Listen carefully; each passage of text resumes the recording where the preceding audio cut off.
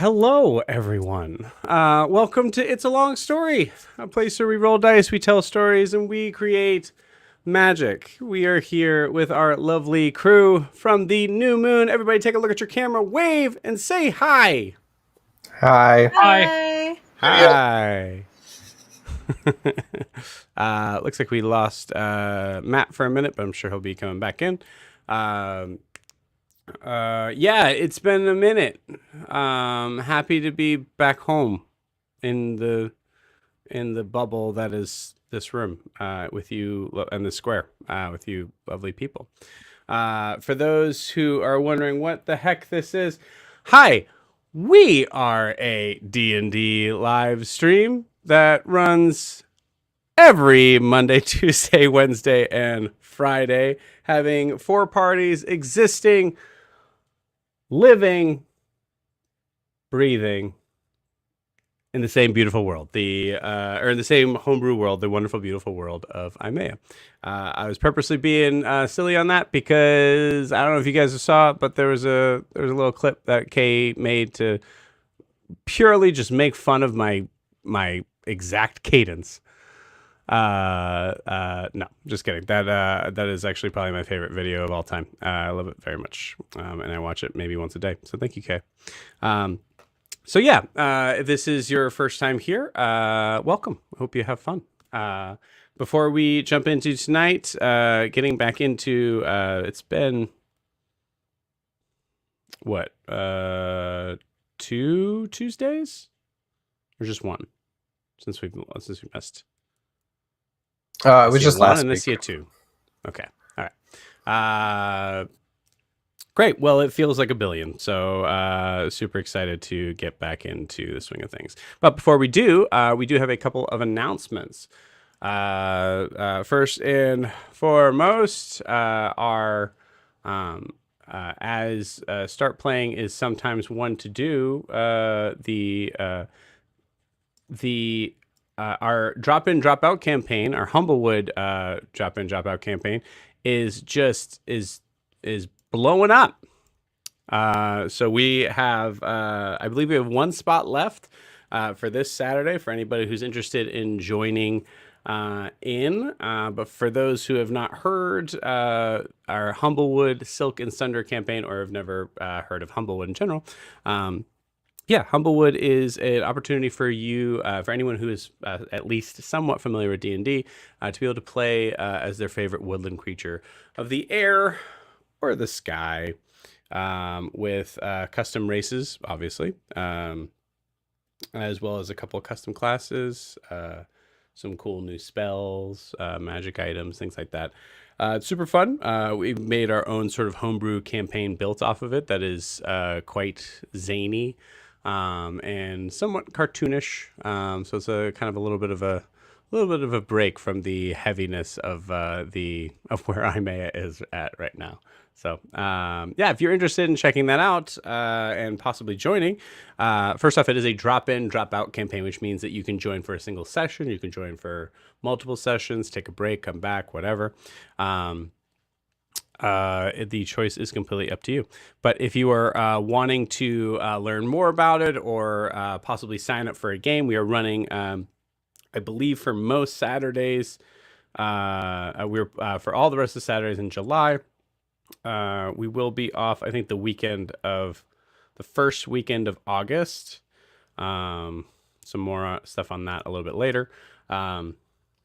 But then we'll be right back into it. So most Saturdays this summer. So yeah, please check that out. It's super fun.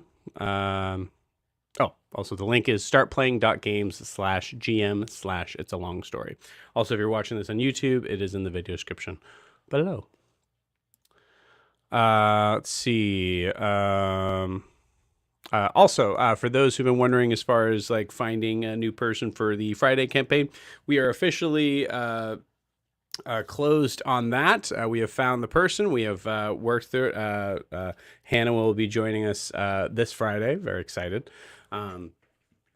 So stay tuned for that also. But for those who are like, because man, we had a huge flood in of people asking to join. Super, super inspiring. Enough to say that maybe it's a good time to possibly be starting to create the 5th campaign. That's right. Thursdays we will be adding another crew, another group, club, society, team, other synonyms to join us in the world of Imea. More details to come on that, but the plan is to possibly be able to have that kicked off most likely around maybe the end of August. So please stay tuned for that. I will give you more details as they come. Lastly, I am in the wrong background. Brandon, that's your job. Remind me. Now there we go. We're good. Lastly, if you're interested in supporting the channel and helping us out, as well as getting some cool behind the scenes sort of stuff or some of our favorite clips, you can best way to do so obviously is to like and subscribe and follow not only where you're watching this here, whether that's YouTube or Twitch, but also check out our Instagram and TikTok. Both are marked as It's a Long Story _TTRPG. They are both run by the lovely Kay here. Wow, that was a ridiculous way for me to point. There we go. There. It's been a couple weeks. So yeah, Kay, thank you as always for that. And again, if you had no idea what I was talking about with the cadence stuff, go there, check it out. I think it's really funny. Yeah, and that's it for the announcements. So we are ready to be able to jump into our session. Before we start tonight, we do need to get a recap of where we left off. So, Matt, would you please do the honors, sir? Hello. Hi everybody. First things first, I'm wearing this tonight because I cut the tip of my finger off and just wanted to be honest with you, the audience, that this is what happened.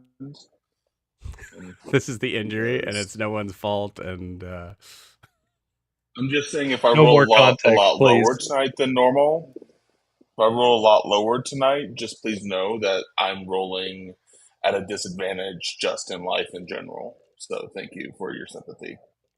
fair enough.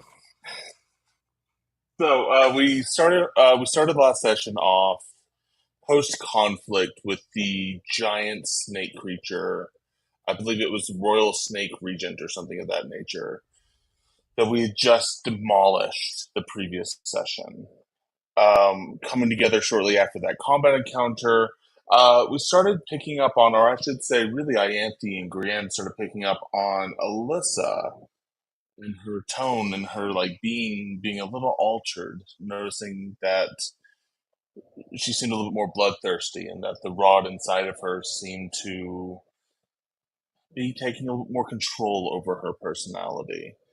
Um, as they were discussing and talking with her, they were doing a great job of trying to diffuse the situation and trying to keep her calm and keep emotions low. Um, on the flip side of that, Titian, what everything he's been doing was just spreading his negativity all across the party and all across his camp, choosing to confront numerous individuals and not seeing where the real issue is, but rather just finding it ridiculous that we put a child in danger and all this other jazz, yada yada yada, and eventually led to a very tense moment of Elissa confronting Titian while he was gathering wood with Grienne. With Elissa looking at him blankly and challenging him to, quote unquote, make her go back to camp. In that moment, Titian sort of saw the danger that they're in, but really Grienne stepped in and diffused the situation and probably saved Titian's life in that moment. Having sort of broke ways from there. Sorry, if I may jump in here real quick. Titian started that conversation. It wasn't like Elissa came up and was like, "I'm not going anywhere. Try to make me." But Titian, again, I totally spreading his negativity all over the place. Titian is spiraling. But it was an interesting moment for sure.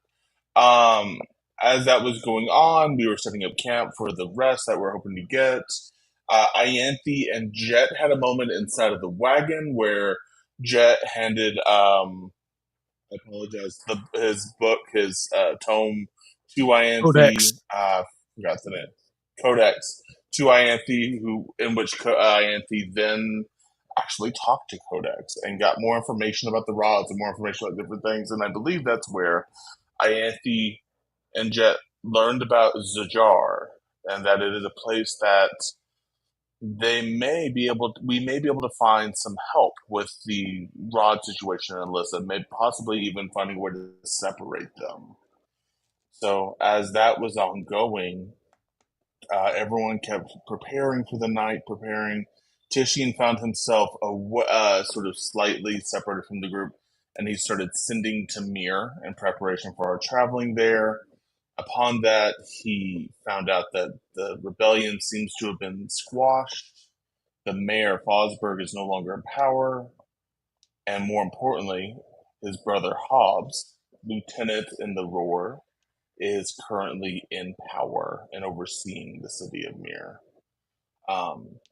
And that we sort of left the session off with everyone preparing for a long rest and everyone also sharing all this wonderful news and discussing where might we go next in our adventure. So if you're keeping tabs, Mir, Mesetti, and Zajar are now on the table. Yes, indeed. That's where we go. Cool. Awesome. Thank you, Matt. Appreciate it. Anything we need to add to that, gang?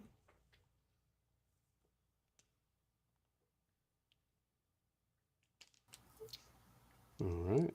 Very cool.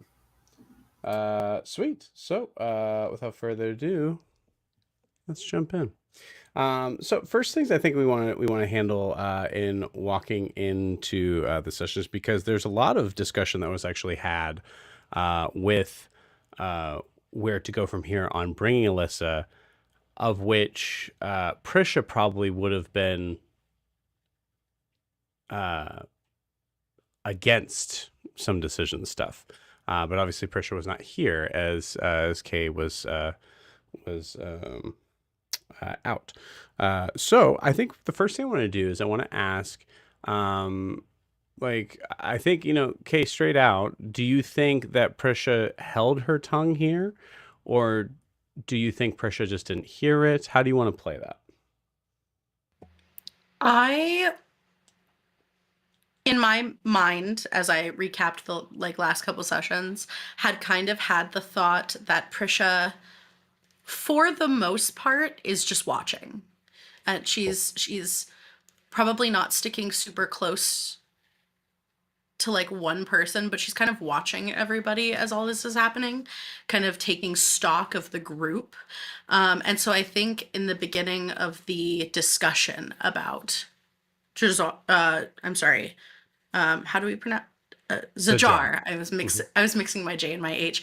Zajar, and then Mesetti and Mir. I think that she's just kind of trying to see which one will win out before she weighs in. Okay. Cool. Yeah. Awesome. And I do think, just for clarification, I don't think we necessarily came to a clear choice.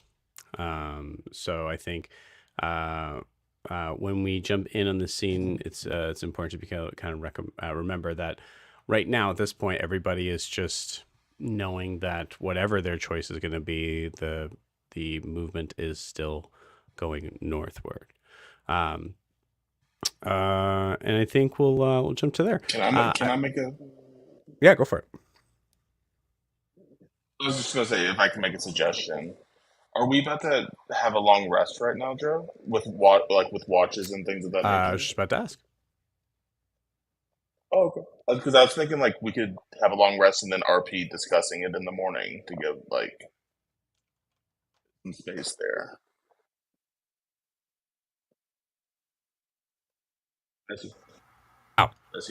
Yeah, that was. I think that was my plan jumping into that. So I think that's what we'll do. So is there anything you guys want to handle that night? We kind of Bless you again. I moved a bunch of things in this room today, and I think the dust is just starting to settle into my nose. So apologies. Also, thank you. So yeah, so I think is there anything we wanted to handle because we kind of like brushed off to nighttime pretty quickly. But I think in the case of like having everybody, being able to kind of sit in a long rest and be able to like say that even in the conversations that we've had, everybody's had a long rest to think and like reflect. Unless someone has something specific they want to do before that. Jet just wants to cuss Codex out for selling his soul to a giant fire being. Other than that, I'm good. Cool. I, as a DM, will try to catch up on what you mean by that as we move forward. Cool. Here we go. So we will simplify in this case because of multiple different reasons, but I'm going to say just for simplicity's sake, no issues. You guys were attacking in the middle of the night. So we're going to come into that morning. I don't believe there are anyone in this group that that needs less than 8 hours. So I will say, I'll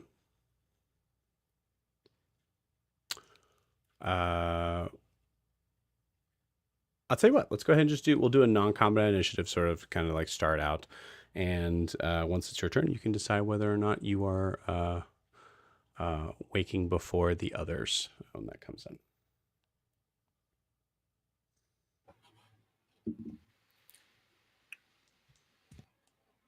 I rolled a 1. Cool. Great. Nice way to start it off. Just a long night of cursing out Codex. Sorry, that's a total of 3 for me. Long night. Wow. Cool. What did Prisha get? 3. 3? Cool. 21. You go first. I rolled a 1. Grian rolled a 21. No, I rolled an 11. Or 13, sorry. Did someone say 21? No. Yeah, I did. Yeah. Okay. So, Matt, you got 21. Matt, if there's any way to bring that mic closer to you, please do so. If you cannot, no big deal. Don't worry about it. Adeem got 13. 13. Okay, cool. And then it looks like we have lost Chelsea for the moment. So we'll assume it's not more than 21. So, Titian. So we come to you. Do you think Titian? I mean, given the idea, there's a lot of like things to kind of like think about, rest on, all that stuff. Do you think Titian is the first to wake? Yeah, I think Titian is the first to wake. I think he'll start by just gathering some firewood for the morning meal. Cool. And he'll make sure that Barb is taken care of. Even though they're a spectral seed, they still need, I imagine, some sort of attention, at least some, whatever. So I think Titian is walking around, picking things up, going around that way. As you are collecting firewood, you notice that the fire itself is at this point kind of just in a space of like cinders, so you don't need to like restart the fire, but you do need to kind of get some stuff to kind of get it going. So as you are collecting things, I would like you to give me a perception check, please. Sure. 16. 16. Cool. All right. Okay. As you are collecting wood and sort of like scraps to sort of start the kindling, You notice that Elissa seems to be sound asleep. Around her, as she has laid somewhat close to Ianthe, but enough to be able, but far enough away to be able to actually see this very faint, um, kind of like burn mark in the grass around her, almost like making almost like a chalk outline, sort of thing. But she seems to be very fast asleep. Um, Taking a quick look around, making count, just making sure everybody's here. Everybody's here. There's no issues with that. Cool. Matt, if you want to check in on Chelsea for me, we're going to just jump to Adeem. So Adeem, when you wake up, I think you see Titian kind of gathering. Or wait, sorry, Green, you rolled an 11, right? It's a 13 also, but I'm fine. Okay, so you guys rolled the same number. Okay, cool. So we'll say Adeem, you wake up first, and Green, you're pretty soon after that. I stab Grian over and over. No, I'm just kidding. Yep, perfect. I mean, I get it. You said Okay. he goes first, man. I know. You said he goes first. No. Adeem probably just rolls over quietly, takes note of Titian doing things here and there. Kind of like looks at Titian to see if Titian's going to say anything to him. I'm guessing he's not. And Adeem is not one to start the conversation other than giving like a head nod of a good morning. And he'll just start making it easier to pick up camp once everyone's awake. Just moving around quietly, probably leaning into the water genasi thing as is unusual for most sea captains, and using his shape water and create water to clean out all the things we used to cook last night. Just like, Yeah. Real gentle, and just nothing crazy, and just putting out the fire, things like that. Just getting done. It's funny. I think it's a really interesting sort of beginning to this, where because of a significant amount of emotions that have hit the party the night before, and questions, and a lot of things that kind of pull focus. It actually makes a lot of sense that the morning of is just these are things I can control. Yeah. I can clean. Okay. Yeah. I've done it before on a ship for a couple of years. I can do it again. Yeah, so I think there's a possibility that Adeem, you might find some interesting sort of kinship in this, as you and Titian are you are doing things for the party in a way that there's no way any of this could go wrong here, simple sort of tasks. Yes, I don't think anyone's going to be mad that I'm cleaning a pot. So watch. Someone will get up and be like, I needed that left over. No, but yeah. So I'm just go ahead. Go for it. Matt, please. Sorry, I'm a little laggy, so I don't know. I want to. If there is a moment for Adeem and Titian to chat before anyone else wakes up, I think Titian would sort of take it. Yeah, Adeem is not avoiding you at all. He's just like, okay, I'm not. So I think Titian, if you're doing that, Titian will just sort of come up to the side of you. How did you sleep last night? Same as usual. How about you? Any dreams? He's clearly referring to when you were seeing things. No. I immediately didn't go there. I was like, did Titian have a dream last night? Yeah, about monster trucks. That was a very loaded question, a kindly loaded question, but it was a very loaded question from Adeem. No, it was peacefully blank night last night. Could be worse. I'm happy we have this moment together. I kind of wanted to chat with you about a thing. Oh, okay. What's up? He puts the pot down. Sure. It's not. I don't think it's bad here or there, but I felt like you would understand this more so than maybe other people, and I kind of wanted to chat with you first to make sure we were on the same page. I think. Okay.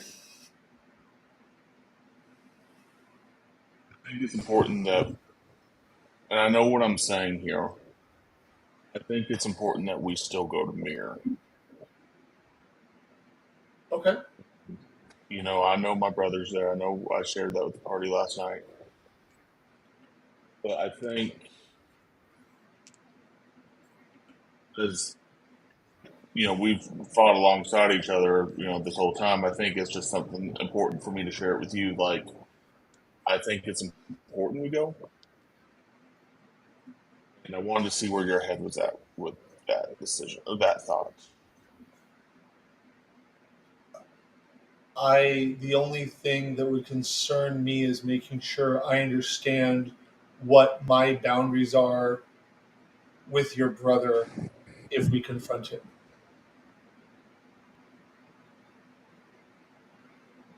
I mean, that's not something I can answer right now. I haven't seen him in years. I don't.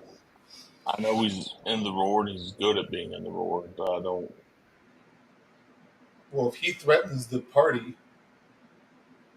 it will come to blows unless you tell me no. And given how fast I can be, you might not have a chance to tell me no unless you do it now. No, no, I'm not. I'm not going to tell you yes or no on that situation because I He's think your it's, brother. Yes, you can. you know, but yeah. But in some ways, you're kind of my brother too, in a way, you know. So I For, can't like just say yes or no and let you. Because let me tell you, then he's not going to hold back from hitting you on in this situation. I don't think he will. So I think this is an impossible question for me to answer. I think it'd be best if you just ran. I think it'd be best if everyone ran if it came to that moment. But at the same time, I don't know what's going to happen. I don't know what's going to come of it, but I think it's important that we at least put ourselves in the position. So, just to be clear, avoid combat unless necessary. Yeah, I think that's as comfortable as I can make it. I think. Yeah. But if it's necessary and he hits me, I get to hit back. Yeah. If he's going to strike you, don't hesitate. He's Okay. not going to stop. Like I, he's not going to. You know, he's a member of the Roar. He's a good soldier, so he's not. You know, that's all I wanted to say. I just wanted to. I was going to share it with the rest of the group, but I wanted to talk to you about it first. I appreciate that. Adeem, like I pats Tishian on the back like this. And Nice. like I don't relish combat and I don't like hurting people. So I'm not looking to fight your brother. I just want to know where the line is drawn in case blows happen. I get that. So I'm not out gunning for your family. Don't worry. Yeah, please don't attack my mother's though, that or any of my like family. Dean actually laughs. He's like, I can't see that. I think you're more likely to attack my father if he comes back than I am to attack your mother's. I promise not to touch your father if you. Yeah, the same. Yeah. I think, Grian, you wake up too. I promise not to touch your father. Tell me Joe knows his players without telling me. That's right. Yeah, I think Green takes this opportunity to like kind of get up without disturbing Ianthe's beauty sleep because we know how much she loves to take that. For sure. And he will not necessarily join in the conversation, but he'll just, oh, you guys been up a while? Sorry to interrupt whatever you're Uh, talking about. Good morning. Morning. I don't know. Just been cleaning and chatting. Do we wake you up? I'm sorry. No, not really. It's the sun. It wakes, years of waking up outside. It Yeah, just kind of gets to you. Yeah. that'll do it. Titian, you feeling any better? You good?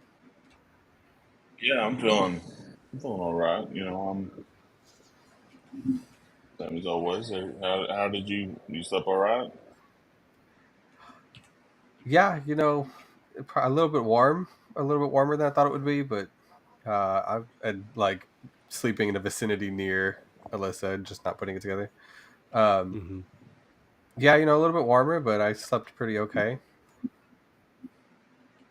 No dreams or anything like that to speak of, or something like that. Not, I mean, if you really want to know about the dreams that I'm having, Sure. I, Yeah.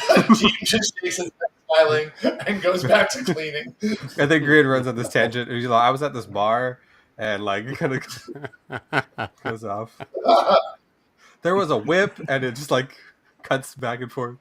Does that Tisha? Do you allow him to continue in this description? Yeah, I think Tishian asked. Tishian asked, so he's going to sit there and let Grian go on as long as he wants to, Cool. and just sort of not he's not going to have any look on his face other than I haven't had my coffee yet, and I'm just taking in information. I love that so much. So Prisha, as you awake, go ahead and roll me a perception check, please.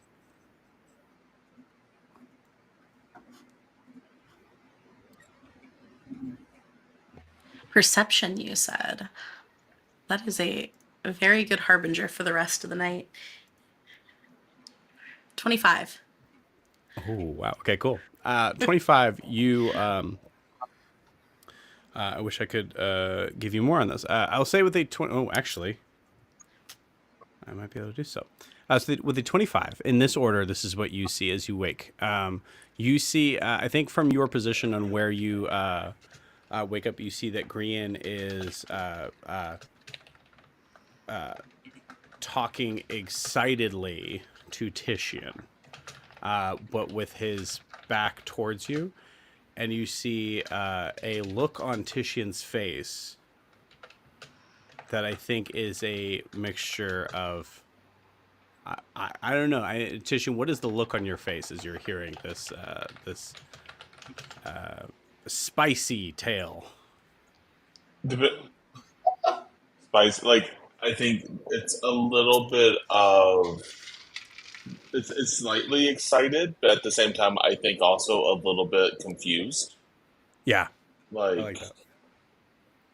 I mean, this sounds like everyone's having. It sounds like everyone's having fun, but it's also but you're doing what with whips? That's how you're using whips. I've been using whips wrong my whole life. My That sort of whole thing. life.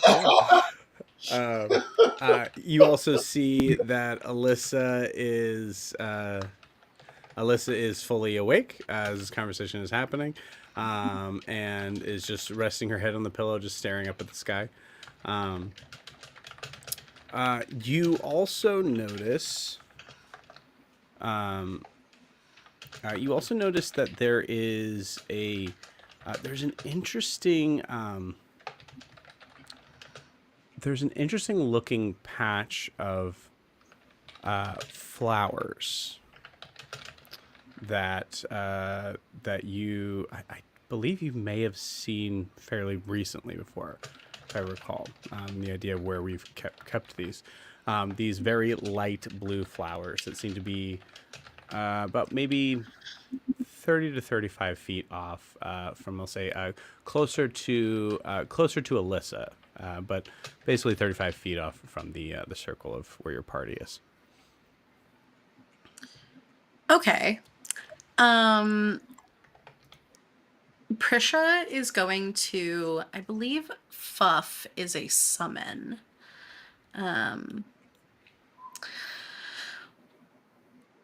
Yeah. So she is going to kind of from her like spot on her bedroll, she is going to summon Fuff, her little fey pygmy boar. And she is going to send him off to Elissa to kind of get her attention. And he's gonna kind of do what a very overexcited cat might do, where he's gonna run and just jump on her stomach since she's like laying up, and he's just gonna jump on her stomach and then just kind of like twirl around and like sit and stare at her face. Okay. Cool. Yeah.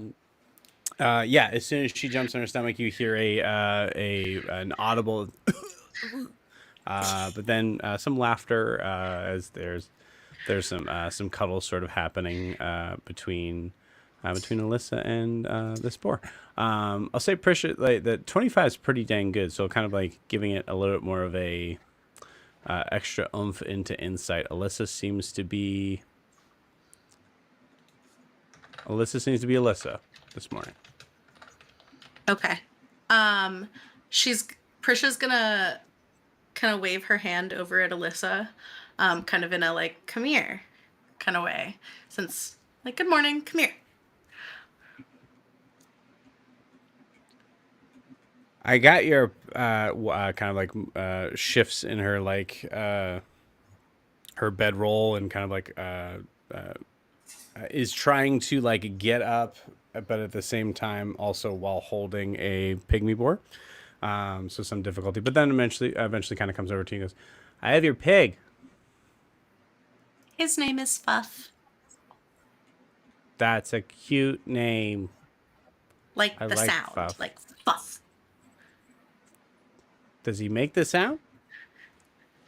Prisha's gonna just squeeze his sides a little bit so he makes the sound.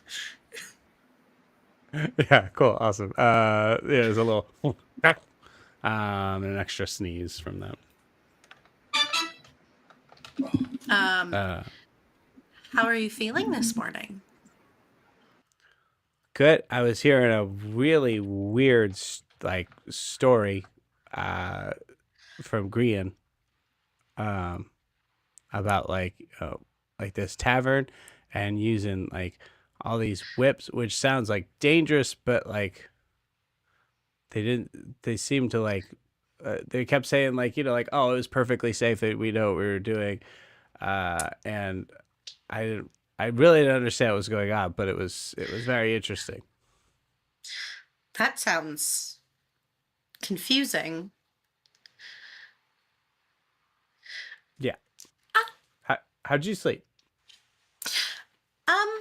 It's warm. Are you warm? No. I'm kind of No. damp because I rolled around trying to walk over to you in this the morning. Oh. Druidcraft doesn't do what prestidigitation does. Prisha's just gonna kind of look around. You look like someone who camps in the woods. Yes. Cool. Yeah. So you're feeling good. Are you hungry? Can we get you anything before we go? We can interrupt Grian's story. Okay. Yeah, it sounds like he's just like getting to the good part because Tishian's face has changed. Prisha's just gonna kind of look in the same direction. Huh. I think there's just maybe an eyebrow that's raised, maybe. Just, huh. And like unaudibly Green's just like, Anna.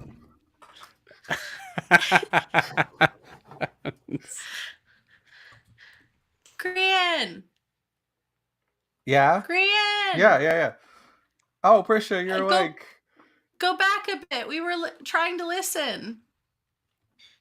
And she's just going to have like Elissa sitting next to her like, hey.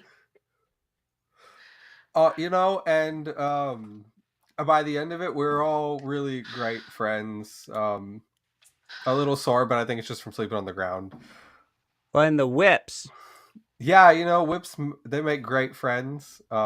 People, Chelsea's just jumping back into it. It's a great time, and we were all great friends at the end of it. But it's just a dream, and that's where we leave it. Are you guys hungry at all? Breakfast? Yeah. I think we actually still have some of those plates in the bag that we can pull out from a couple days ago, and I think The bag. And she's just Yeah. going to look at Titian.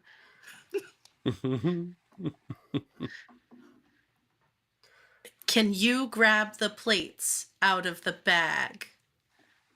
I won't do it.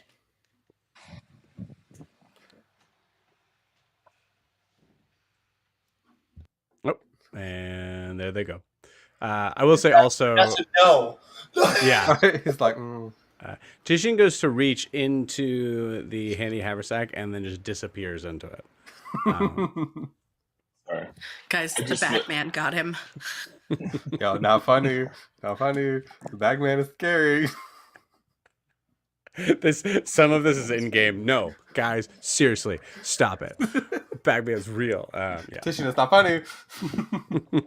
Get out the bag. So Titian. I'm sorry. Yes, go ahead. I just missed something. I think I missed most of that. I apologize. My internet's bad. That's all good. You're okay. They were asking for the plates that were in your bag, essentially your handy haversack. Although, like some of the kitchenware, I do imagine there's probably a couple plates too that like Adeem has just probably finished cleaning as well. Yeah, we have. I forgot how many, but yeah, we have plates. I think it was like 12 or 15. So yeah, just pull out the plates. Will pull out enough for everyone in the party. And I think he'll just set it down by the fire, I guess, or he'll just sort of put it out there for everyone to use. Cool. He'll do that, and he'll just ask, "Does anyone know what we're eating yet, or is that just a?" I have a pig. His name's Fuff. I don't think he'd taste very good. I think Fabor have a weird sour taste to them. Oh, okay. All right. Have you ever Well- eaten a particularly sour berry? And she's just gonna kind of try to like equate what magic tastes like to like some sour fruit. Yeah. Cool. Yeah, I think, and so I think in this moment, just to kind of like make sure we're kind of like moving things along, I'll say with you guys trying to find a way to kind of connect and have your breakfast in this, both Ianthe and Jet awaken. We'll say, do you guys want to try to like hunt for food, or do you think there's rations, things like that? It's completely up to you. Do we have any leftover? Do we still have like leftover baked goods? Yeah, well, Adeem is definitely. I have not a brick rat. of baked However- goods. Pretty sure However, that Elissa vomited all of the baked goods. Yeah, that's a good chance. Yeah, Adeem is Those happy are with. so thin. Those are crumbs now. yeah. Adeem is good with either rations or hunting, whichever one the party wants. Cool. We also have 5 pounds of rat meat. No, No. We have 5 meals of rat meat, which I think are probably, if we're being honest, gone by the time we thank get to this point in the story. Adeem is With So Titian Krisha eating has it. locate animals and plants.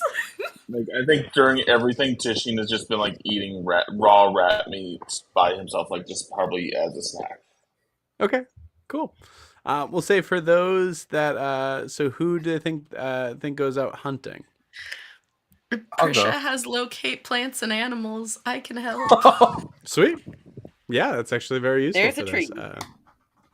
I love that. Oh my God. So I think I heard an I'll go from Grian. Yeah.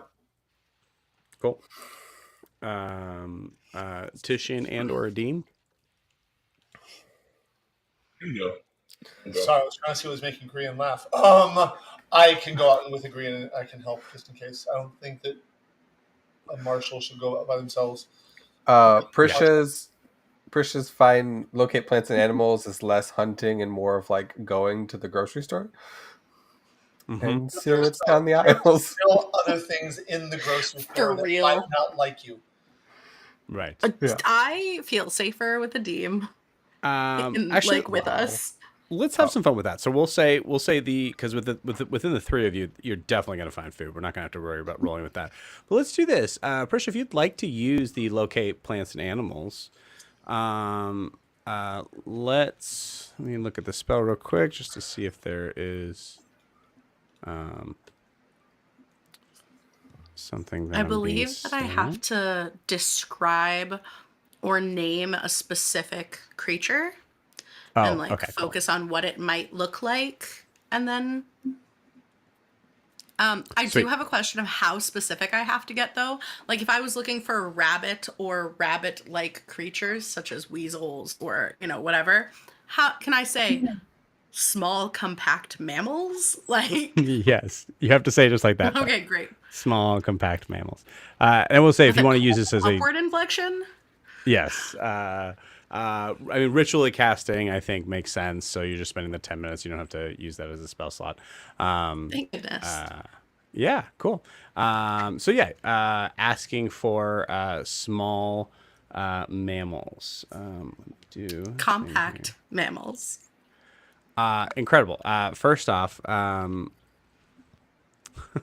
this is I want to look for the things that the Humblewood campaign right. is running. I want to eat those PCs. Nom nom. Well, Nom nom nom. What's really funny is that I rolled a nat 20 for my luck check, so I think you do just go into the Humblewood campaign and go to town. Find a possum. Another crossover a little channel. crazy. Is this another Yes, yeah, crossover? full crossover. You find that there is a significantly weirdly weirdly crowded amount of animals of different species, all congregated in a Smorgasbord. small area. But yeah, no, I think with a nat 20, I'll say with a nat 20, Prisha, roll me. No, I'll give it to somebody else. We'll say Grian, because you were the first one that said you wanted to jump into it. So go ahead and roll me 3d10. Okay. 1, 2, like in a row or all at the same time? It could be all at the same time. Okay. That's weirdly specific. It's 2 7s and an 8. Okay, so 22. Oh, you want me to like add them up? Oh shit. Yes, 22. Yeah. Cool. So if you think that you would spend that amount of time, you can, with no roll necessary of that, collect 22 portions of meat. Because you got to reward a nat 20. Portion being a meal Nice. or portion Being like How much- essentially like 22 squirrels.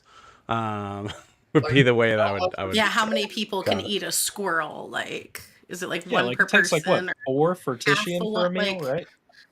Yeah. Yeah, This I feel like it is about to begin a very semantic conversation. I think that's completely up to you guys. We'll say 22, not rats specifically. So like game-like small tree rats. animals. We could call them. We could just call them because we'll say because you specifically kind of said like rabbits, right? Yeah. So we'll say yeah. Just like huddled in masses, to the point that it's actually like really not fun. It's like unfair and sad. Yeah. Yeah. Yeah. want there to be the mystery murderer of the rabbit crew or something. Yes. Next time we game.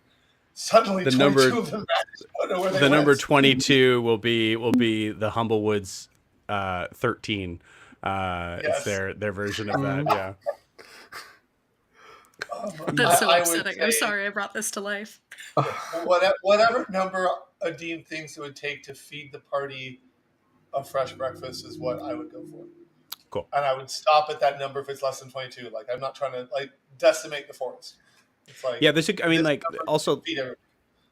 that makes a lot of sense. Like knowing like where you're at and recognizing like you guys are gonna still be probably in the forest. It might be just a little bit harder, like considering how close you'd be to Hassamal, but not really. You know, there's an I also think too with Prisha's ability to be able to find these creatures, you don't imagine there's going to be any problem in the near future. So No, for me, it's for Adeem rather, it's more along the lines of, yes, I know some of these animals breed quickly, but they're not like schools of fish. right. Yeah, it's the whole like hunting gathering. Like you only take enough to sustain Yeah. you and not decimate the population. Yeah, yeah. Just grabbing a fish out of a school and chomping down on it. So we're not going to kill 22 rabbits. We're going to 22 is not the number. like Yeah. So whatever. Yeah. Yeah. So I Um, think 8 by my count. 8 rabbits. 8 rabbits. Sure. Yeah, that works. do we need to feed we want to fill George or belly. We'll do Fred? Oh yeah. the Maybe make it horse's 10 name? for like Tishy. Frank. I don't think Frank is going to eat yeah, rabbit. yeah, Frank. But he can eat the Frank! grass. He probably ate the grass, and Yeah, he's eating Okay, grass. he Yeah. doesn't need. He doesn't need. Okay, great. Alissa toasted it up a little bit. I think there's a good What about chance Barb? that Does there- Barb need to eat? Like, I was gonna say, I think there's a good chance that there is another rabbit that is killed for Barb. That I don't care who it is, but like is presented to Titian. Like, wait, is this how this works? Anyways, you guys have breakfast. I think the idea of a druid like calling animals to sacrifice is amazing. Yeah. Yeah. get ready to hang out with this druid, baby. Cool. So I think, in this moment, as you see everybody kind of enjoying a meal, there's definitely some like, I think it makes sense for some members of the party, but also just in general for, like I think Ewolf as well, like kind of just shooting like some small glances at Elissa and trying to kind of fill out, but Elissa, like I think quickly realizing Elissa is seemingly normal. You guys are like dropping like flies right now. What's happening? They have bad internet. They said. Is it Where they me? Okay. Is it me, Jesus? Yeah, Matt's just gonna log off and come Matt back and I in. are having major connection issues tonight. You got it. No worries. So as you all are Mine's not gathered great either, around, but I'm hanging in there. no worries. We're not we doing will great. we will keep the obviously what I was going to say is that Titian definitely seems to be able to have that like space to sort of talk, but is there anything else you guys want to discuss before what we know is going to be discussed above board? I have something. Jet slept in the cart, and I don't think anybody else slept in the cart last night. Right. So Which he makes just sense on the gets up. natural one. Yeah. It's just comfy. So he just gets up, and he's still got the bubble out, right? So anybody can come in and out, but he wakes up and nobody's there, and he just like the eyebrow ridges go down, and he gets this like frustrated look on his face, and he's had a really long night. Probably didn't sleep much with Codex. Codex. Ianthe said that Codex told her that he has gone into service of the rod, right? Which means by default, Jet is now promised because they're bound. So Jet had a long, angry discussion last night because he's magically bound to somebody who just submitted to a different master, right? And it's like, now I am part of that. I mean, you said you promised. I don't think you did any sort of like magical bond, did you? With who? Me and Codex are magically bound. Right. But Codex offered himself to service to the rod. I didn't. But me and Codex are bonded. So Yeah. Jet's having some relationship issues, you Okay. know. He's Fair enough. he's the last one to wake up. He looks disheveled, doesn't even prestidigitation himself. Opens the like tent flaps, and he like takes his robe off and ties it around his waist. He's wearing like a vest, and his arms are exposed, and he's still scrawny, but he just gets out of the cart and just looks around very perturbed. Okay. Yeah, we're at breakfast now, so now Yeah, it is. at that He's point, just like, okay, I'm gonna sit down and eat and shut up, and then he will pull out like something about yay big of the brick of baked goods, because Elissa had like 2 pounds and he had 2 pounds, and he'll hand it to Elissa and then sit down and eat breakfast. oh, good. Okay, great, awesome. Immediately throws the cooked rabbit behind her shoulder and just goes to town on the baked goods. Jet's just gonna sit cross-legged and just eat and stare at the fire. Cool. So I think as this is going on, you guys are all enjoying a nutritious meal minus Jet and Elissa. But yeah, so Titian, you notice there's a quiet moment to be able to address the group if you so choose.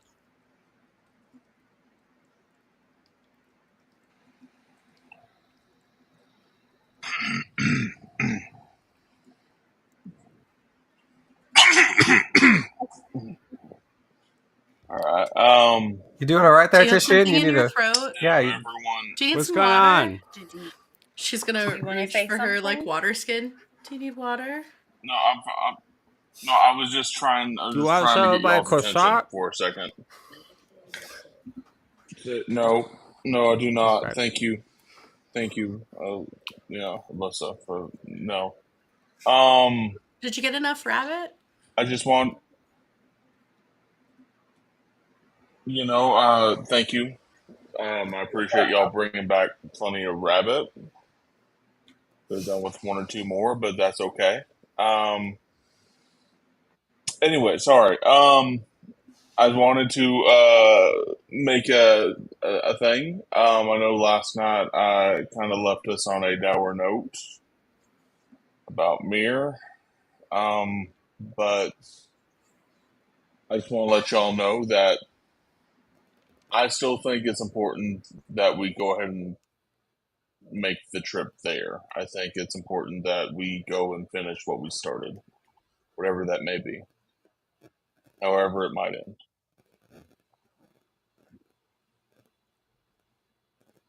I mean, I think that's totally fair. I mean, you guys promised you'd be back, and it's time to go back. And I think even if your brother's the one who's in charge now, I think it's worth it. Whatever may come of it.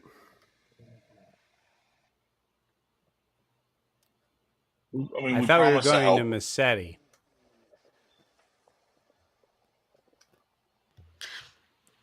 I think ultimately we have to end up in Mesetti. But the people that are here to help you and protect you need to go to Mir Oh, okay. first. Is it fun? It probably won't be. Then it'll be really fun. Probably. So when I was a kid, there was this game called Ball in a Cup. Jet just smirks when she says, so it'll be really fun. Jet's like, oh yeah. So when I was a kid, I used to play stick ball. You took a ball and you hit it with a stick, and it was really fun.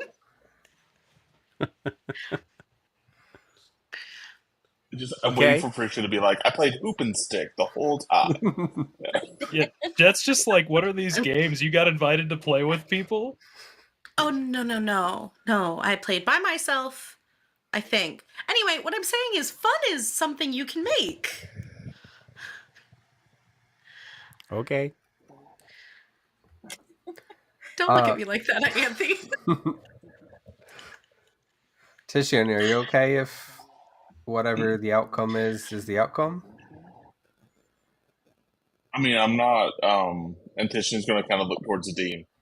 I'm not. Don't get me wrong. I'm not asking for us to go into danger and fight.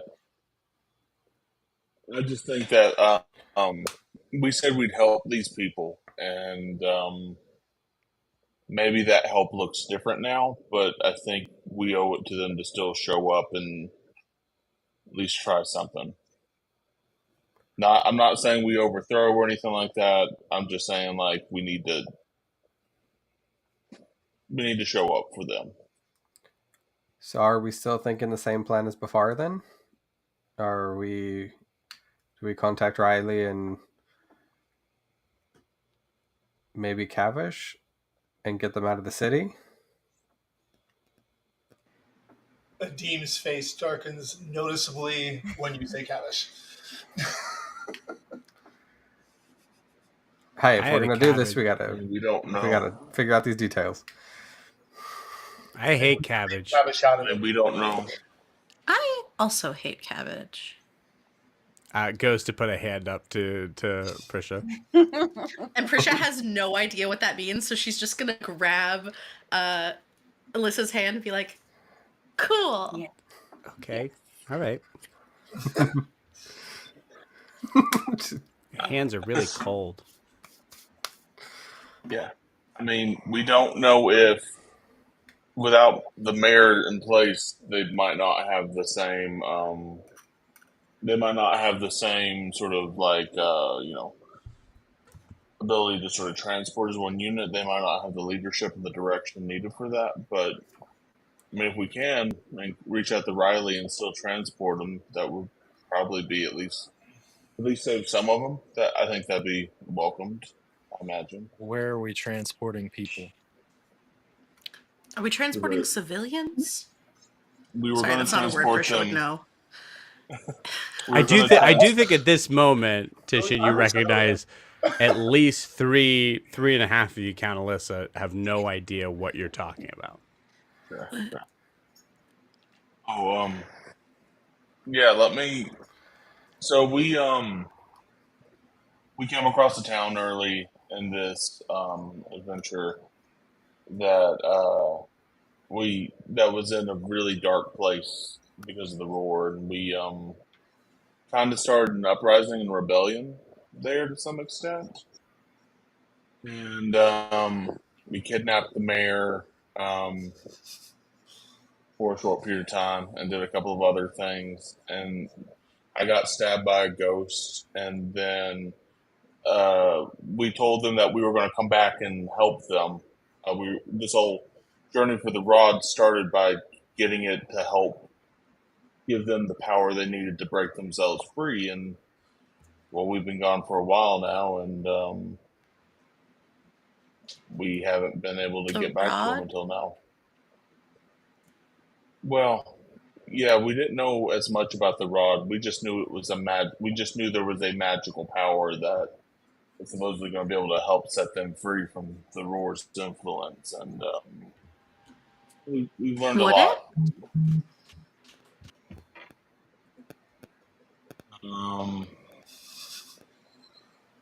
I don't know.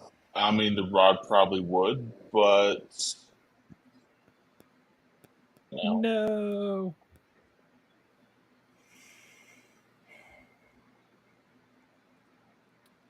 We It's got bad, the rod y'all. probably would, and then you cut out and then came back. Oh, yeah, okay.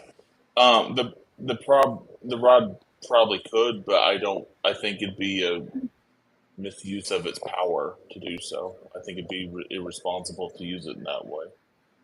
How many people? Jet's like eyes light up and his Plan hand was goes up. to have the mayor bring the population outside of the city, and then we would tree walk them to Ravens Rock, a town that we know to be deserted and away from the roar's influence. And we tried before and lost a friend. So, attempt number 3, I guess, right? Third time's the charm. I can get a bunch of people somewhere else. The problem is the only two somewhere else's I have are Dare's Wharf and Eriscar.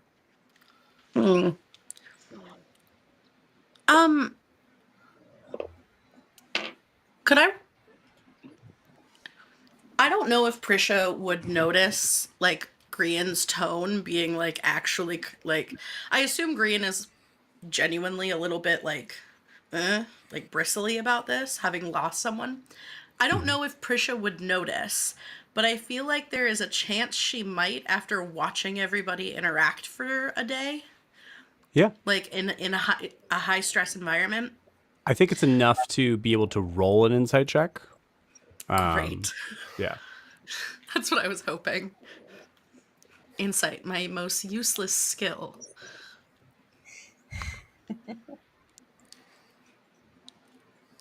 I rolled a 5. Nice. That's it. I'm sorry. I rolled a 3. That is a total of 6.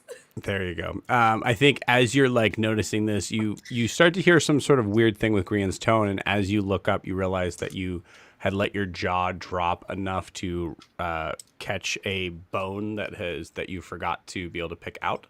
That has just kind of like lodged in your throat a little bit, and that's distracting enough for sure. She puts it in her little bag. Just Oh, Full like owl pellet. Just yeah. There we go. Yeah. a satyr? No, an owl. Yeah, so I think we'll use Ewolf as the part to this is as Ewolf will speak up and go. So where is the destination for these people?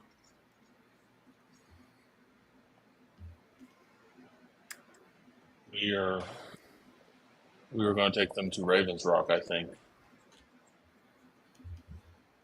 Okay. That's just a normal place. Yeah, I mean it's a previously haunted dwarf village. Previously, Seems like an ideal He place. nods as he's cleaning. because Jet smiles. we fixed the haunting. It's no longer haunted. Is no longer okay. Jet It's frowns. no longer haunted. So you like exercised the haunting. You know, I think Yeah. we kind of did. Yeah, we Yeah. did. Yeah. One of the, All right. one of the Go times on. we actually finished something, I think. Adeem We says did. as he's cleaning. Bro, speak for yourself, and he'll just like take a bite of rabbit. I mean, yeah. So that would be the plan, if that's still the plan, or if we want to. I mean, if Jet can get people to Dayer's Wharf, depending on how dangerous that is. I don't know that we need to send the town of Mir to Dare's Wharf, that wonderfully peaceful, idyllic vacation spot. I don't see that going well at all. No. It sounds like you're talking about like a farm town, right? Yes. Well, Yes. Yeah. a farm walled town. It's more than a small town, but it's not quite the hotbed of intrigue that Dare's Wharf is. I don't think that would do them any service at all.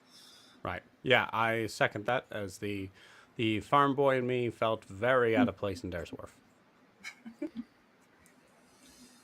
All right, so we should probably contact Riley then, and just at least let her know what we're doing, where we're at, before we get there. See if she's available. Very true. And I think we only needed Cavish last time just to like get us there to both places. Right. She was going to open like a portal in a tree or something. Mm-hmm. I mean, if we contact Riley, Cavish is probably going to show up. I'll try not to I stab him. think he'll find us. Keep shouting his name, Adeem. Maybe he'll show up. Yeah, I think perfectly. I assume K is actually looking over their shoulder, but Prish I think does exactly the same thing at the spot of the flowers that are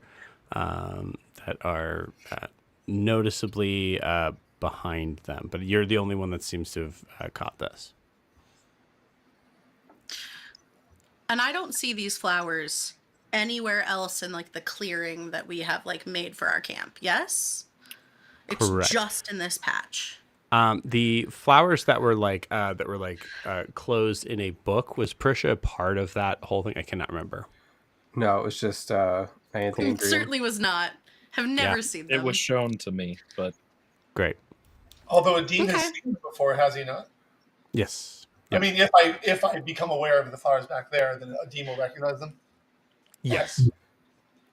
Okay. I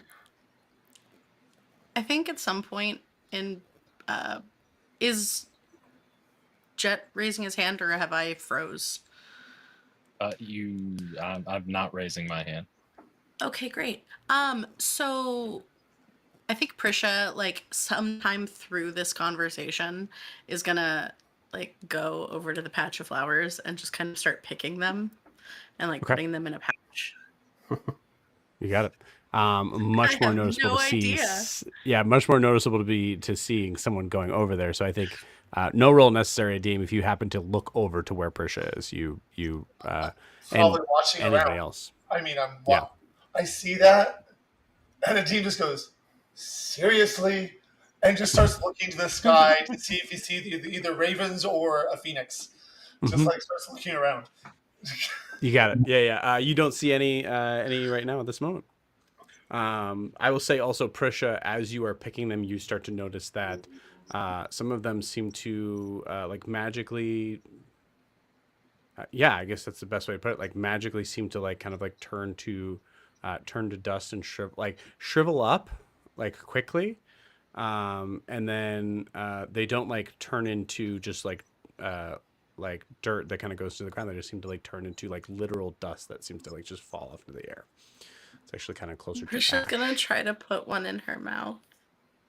Okay. Not where I thought you were And going. it's in the interest of her not just being straight up weird, she's gonna like try to like touch one to her tongue, see if it burns, like she's gonna do like the poisonous test. But it's so much cuter to imagine Prisha just going and just full like. Well, okay. By the time everybody else notices, she's very much just popping one in her mouth. Well, I will say like you said the right words. I will say first go and give me a Constitution saving throw. I took a feat for this. Nice. Nat 20, baby! For a total of 26.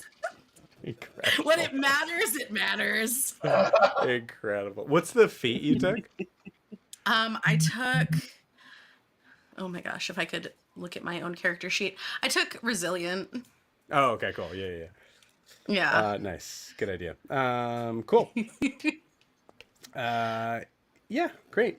You as you ingest this flower, like, and doing so in the right way, like putting it on your tongue, you do notice that it seems there's an incredible like sweet sort of smell to it.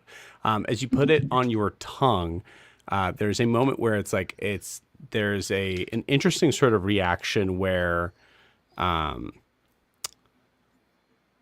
it's kind of like similar to like certain candy coatings where it's not like immediately sort of like sugary. You have this like weird like almost like zest sort of thing, like kind of in between like Pop Rocks and like a sugar coating of candy sort of thing, like that sort of weird sort of like electricity sort of taste, but not like full battery sort of taste. Concerning. You kind of like, you do a couple of them and you notice that you don't really necessarily feel any effects to it, so then you just put one straight in your mouth. Especially, I would say in that moment, you see, like looking down, you notice that your resource is dwindling quickly. Are these the same ones that they showed Jet? Mm-hmm. Chet would like kind of jog over to it quickly and like put his hand up and be like, "Hey, Prisha, wait. I know it's too late. She made the saving throw. This is happening." Okay. So yeah. No. Like a dog but that ate something, just like, no. Yeah. Drop it. Get it out. No. No. What's in your mouth? What's in your mouth? What's in your mouth? And she runs away. Yeah. Open. I do think there's a possibility of some of that does happen. But yeah, because I think Jet, Don't you like know, hops. It could be You used kn- for like powerful healing tonics and stuff, right? And I Correct. worked at an apothecary for like 3 years, so it's like, wait, stop. It's I need full. to know how to harvest this properly. Yep. Are there Hi, any Jet. left? Like, is there just one single one there? I don't like. She just ate one. So I think there are some that are left. Like as you run over to kind of like go and like try Okay, to just gonna grab them. just be like, okay, How- this can be used to heal wounds. So Bleh. Jet's gonna create a mage hand to pick it up and then prestidigitation it back to normal. Oh my Nope. god. No? Oh, it turns Nope. to dust, doesn't it? You made the saving throw, so you ingested this flower for Oh. sure. So I think what we could say has happened is like Prisha, as you try to like get it out of your mouth, that's when it actually turns to ash and just like you just inhale it down to the back of your throat. Once again, coughing fit. Ugh. I had my mouth open. Ah! You put dust in my face. No, I did not. As this is happening and Adeem is watching plates and being cranky about the flowers, he looks over at Ianthe and he says, "Is this what they mean by squirrel when they're not talking about what we ate?" Okay. Just wait till Adeem becomes Prisha's best friend.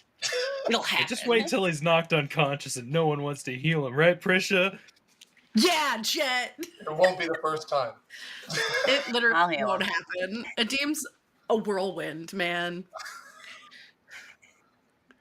Okay. And the world's best babysitter.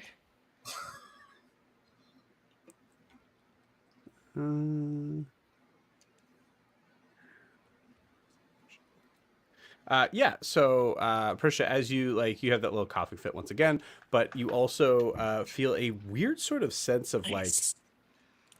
clarity as you look around towards the trees and the even like the different sort of colors that your party is wearing. You notice that like Ianthe's skin seems to be like a really like beautiful blue that you've never noticed before, and you notice like how thick and like lush the green of this grass is. This must be like really like blessed grass.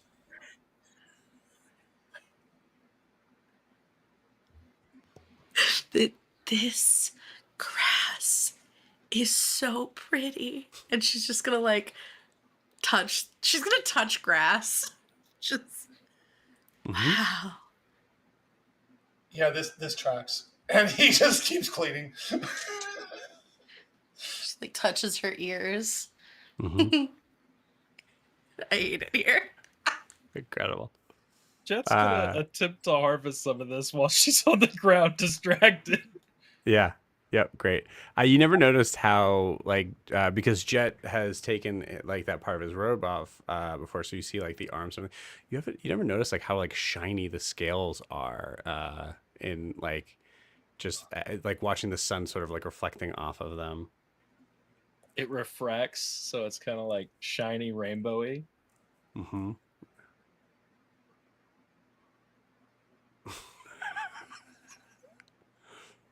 You're muted. So you know when your like depth perception kind of like goes away when like things get like water has like a rainbow sheen and you kind of reach out for it and you miss by like, you know, however much, but you're like, I'm touching rainbows. It's very much where she's at right now. Just so that lasts for about an hour. Notably, your perception, like auditory wise, is great, like better than ever. So that's not like screwed up or anything. Sense of taste is also like built up a little bit. I think it's like visually everything's been just turned up a little bit to 11. okay, great. Thank you. Yeah, you're welcome.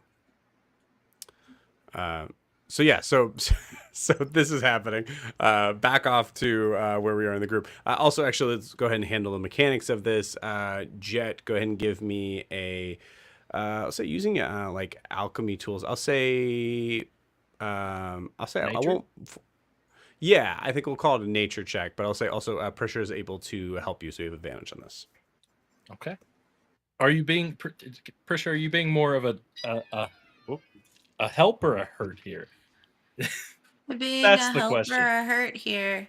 Yeah, like, are you being? No. Let's get out of. Like, are you? Who is blowing my phone up? Are you actually being able to help me, or are you just being like grabbing at my ankle while I'm trying to do this? Okay, listen, if what Jet needs is moral support and a hype man who can show him all the most beautiful pieces of nature, Prisha's there. Prisha's Okay, helping. then I'll take advantage. Prisha I was is, going to give like, myself on it. disadvantage, but okay. She's Cool. on it. If what you need is a scientific lab partner That's who's going to pull their weight to get the A, the answer is no. Oh, well. I got a 16 plus 9 is what? 31? Sweet, cool, awesome. Or no, So 34? I'll give you the full 3 that are left here. So you are able to pick 3 of these flowers, which, my gosh, we figured this out a couple weeks ago, and I cannot remember what they are. Celestra flowers. So, was that what we actually called them? I think that's what we just wound up calling them. I'll check I with put them UA in. on that. I like put them in my inventory as that, but that was before I knew they did things. Okay, cool. Yeah, put them Yeah. Celestial flowers for now. It's fine. During this hour, Adeem will go near the flowers, find a pebble, add it to his bag, and go back to cleaning. Okay, cool. You got it. Like it. Sweet. So now I think like I think Ewolf is looking at Tishy and going, okay, so just to be able to understand like how I can help and working this. I know there's a lot that, and we have time, obviously. Just what is the? Looks over his shoulder. Why is she? Okay. She's just touching Jet, and her tongue is out. What's? I don't question anything anymore, Ewolf. I don't know what she is or what she's doing. She'll be okay. I think that's all we need to know. Do we know that for sure? All right. Well, She'll be back to normal. We'll put it that way. So I imagine if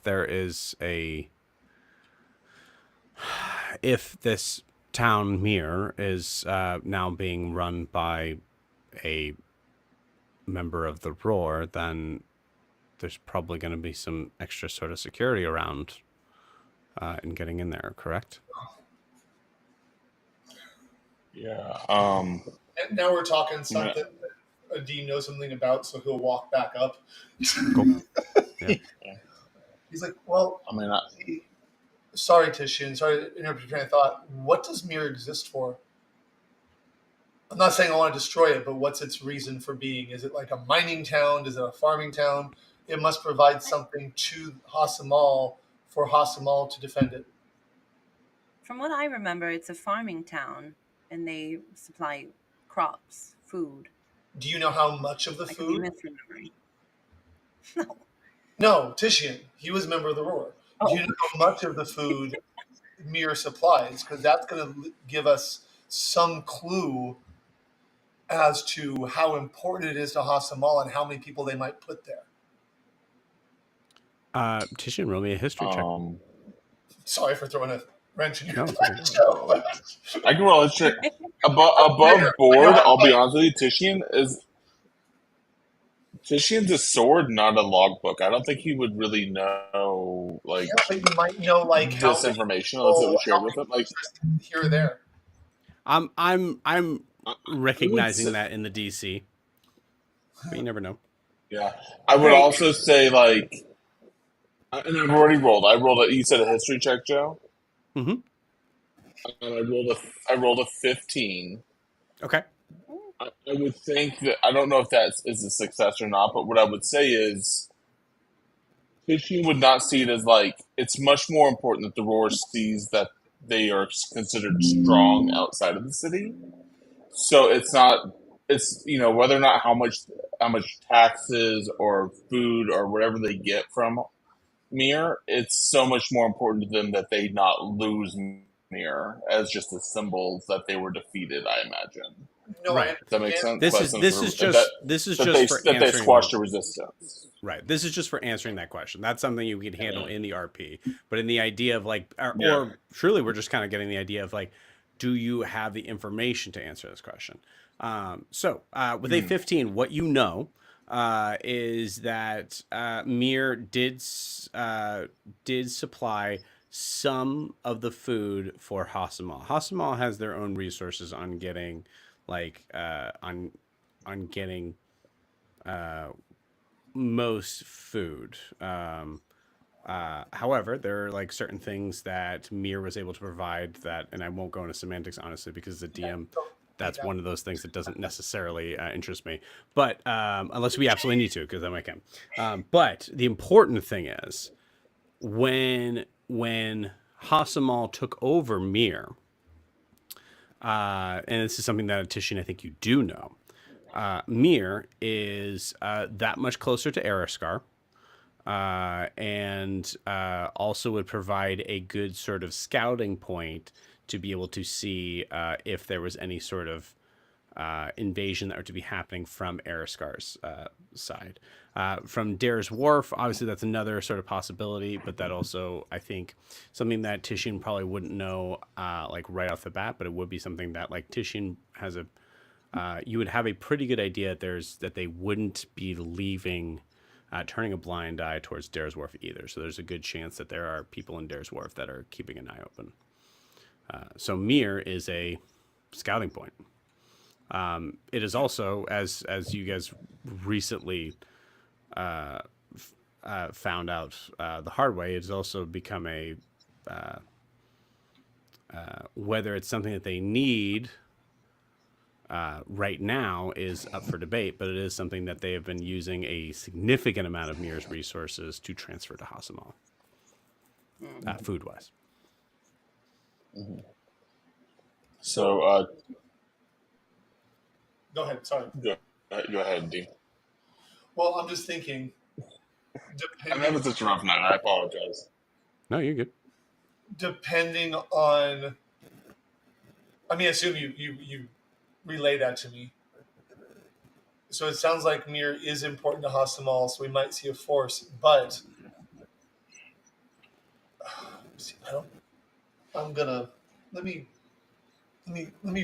roll something for Adeem to see if he's picked up on things yet on the land. So I'll give it history. A 10. That's a no. Okay, so he wouldn't say that. Adeem is like, well, then there might be a force there. Okay. That's Adeem's only comment, is that if it's important, there might be a force there. I mean, there for sure be a force there.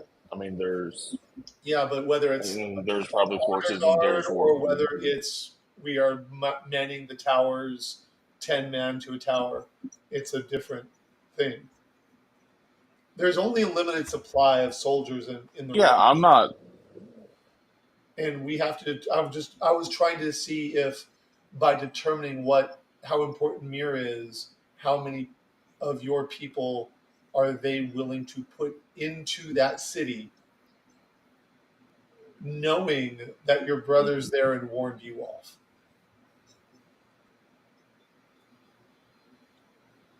I mean, I don't know if he was. The fact that they put my brother there, to me, screams that it's probably some sort of trap. I mean, they know that we probably went through there. They gather all that information.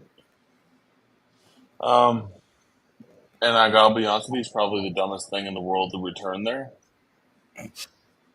But I also, I mean, when has doing the dumb thing ever stopped us? Exactly. I think this is. I don't know. I Don't mean, get me with a that's. good time, buddy. I mean, I think we just try to be as sneaky as we can. Maybe we get there and then maybe we can cause a distraction while some of the others are. Maybe we can cause a distraction while some of the others are, doing other things. One strength we have is that half of us are fairly unknown now. I mean, it's really only you, me, and Ianthe that they know, and I mean, Ianthe is, you know, pretty good at hiding. You're good at hiding, and I'm not very good at hiding, but I'm, thank you. you know, Are I mean, they? I think Is the roar known for imprisoning people that have done nothing wrong?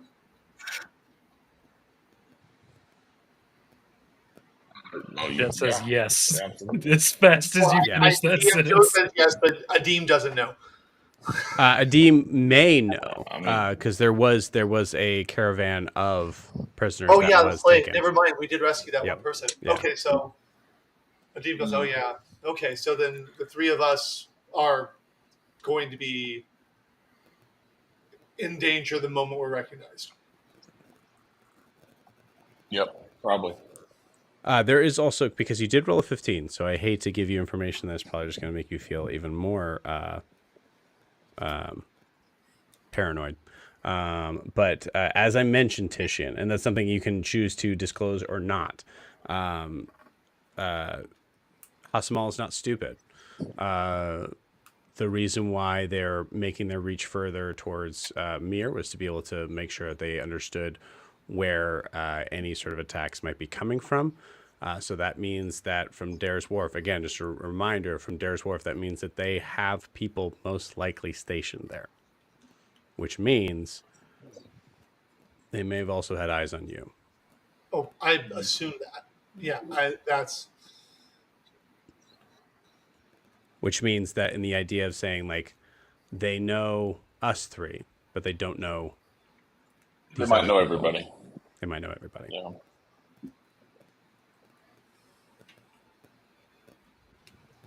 Tashin's going to hold on to that information right now. I think there's a certain level of paranoia, and I think it's already known that like he would have to hide in the caravan anyways. Like he has to hide. Dean and will probably have to hide. Yeah, he's going to just hold on to that for a moment longer. You got it. Yeah. So unless there's anything else, I think at this point there's a moment of like recognizing we don't know what we don't know. yeah. Let's just continue on northward.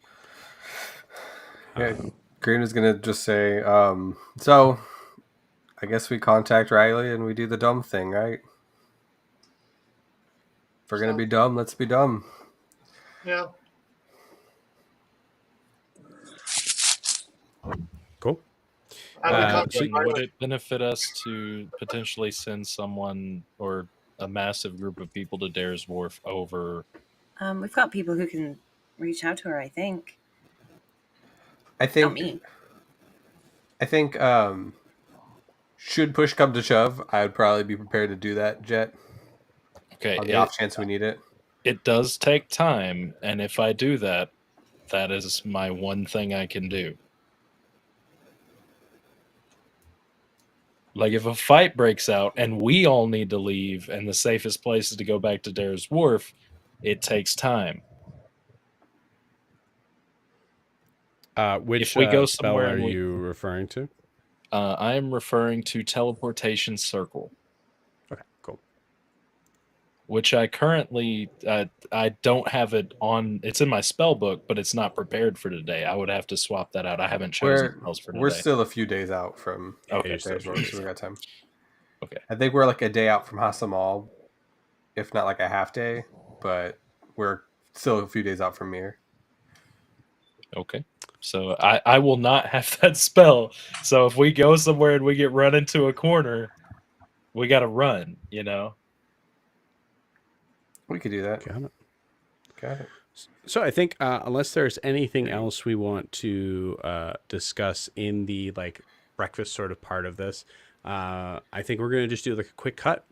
So I think there's like a fade to black moment as we kind of come fading back into the cart once again, rolling along, going through this like sort of bumpy path, hitting random roots and stumps and things like that.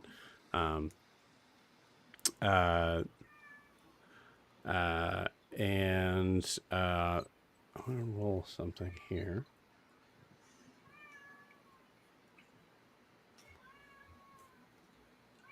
Okay, cool. Yeah. So as you guys are traveling along, is there anything that we would anything you guys want to RP as you guys are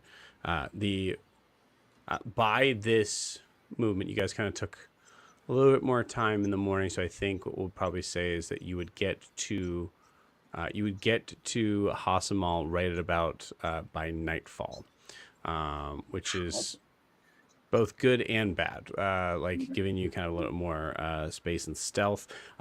Titian, you would know right out of the gate that there's always going to be some sort of lookout in the tower coming up from Dare's Wharf, just in case. So you're having to be kind of aware of like having to like kind of think about what you guys want to do about that. So yeah. Yeah. I mean, I think look out in the tower. Like, I think Titian would be inside the wagon all day long because of that. Okay. And try to keep, because I don't think anyone would recognize Barb because he's gained that ability on this journey. But he will use Barb as his eyes to keep kind of watch, but just from inside the double bubble, and just like put that to good use. Okay. You got it. If we're approaching Hasamal, I will only have one bubble up. I will not spend the spell slot on Mordekainen's. Okay. So what advantage do we have right now? What for the bubbles? It is a tiny hut, so nothing can physically get within that 10-foot sphere. Cool. All right. And The only I was just going to also remind DM that if this matters or not, it's a behind the scenes thing. Titian does have on and is attuned to the amulet of proof against detection and location right now. Cool. You got it. I do believe there was an armor that Prisha got. Oh yes, that's right. I think I spaced on it. I would say just for right now, just go ahead and put hide armor on, and we'll handle that part later. I know that I have Understood. Thank you. Could I cast Find Familiar to bring my pseudo dragon back during this Yes, you time? can. Awesome. I'm also going to be hiding in the wagon with Titian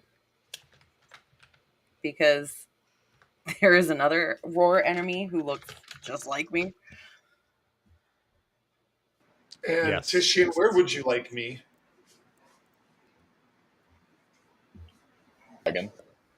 Inside the wagon?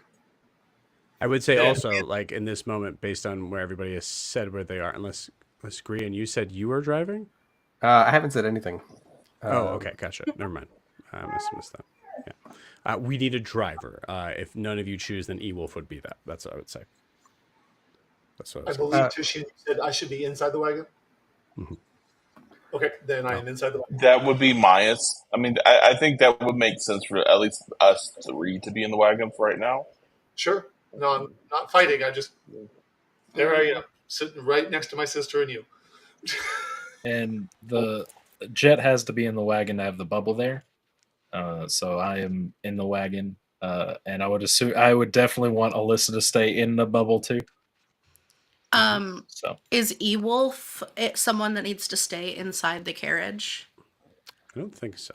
Well, as far Okay. as like from the, sorry, that was a very assuming thing I said as a DM.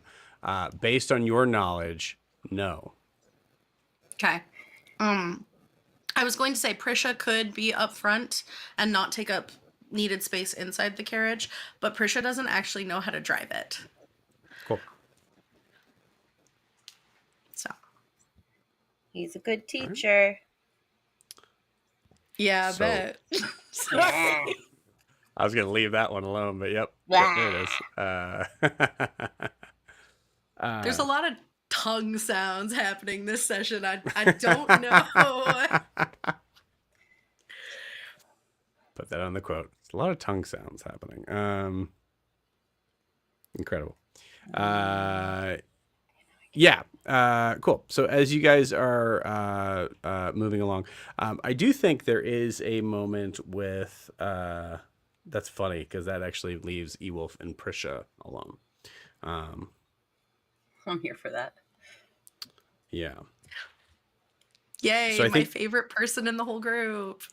Yeah, I think we're gonna there's gonna be something there for sure, but I want to make sure that I give room for everybody else. So Elissa is also in the cart, assuming that's where you want her to be.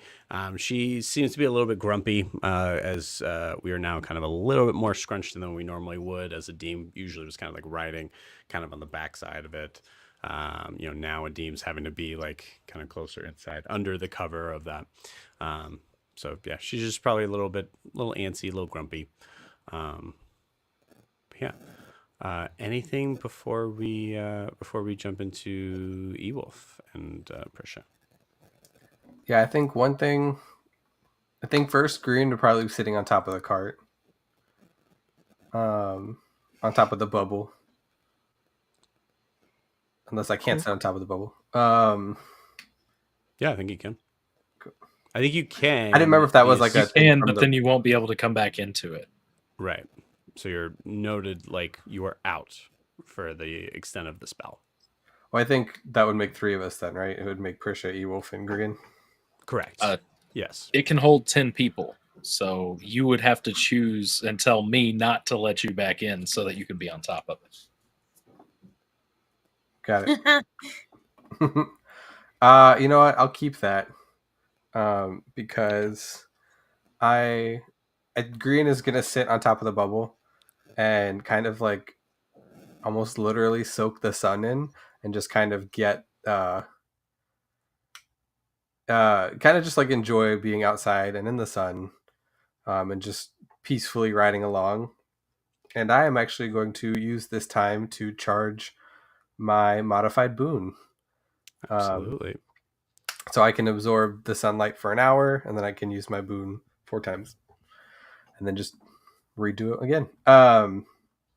Yeah, so I'm gonna do that, and then I'm gonna send to Riley to let her know that the plan's back on and to see if she's still game. Okay. What do you say? Hey Riley, it's Green checking in. The plan for the plan to rescue Mir is back on. Are you still down to help?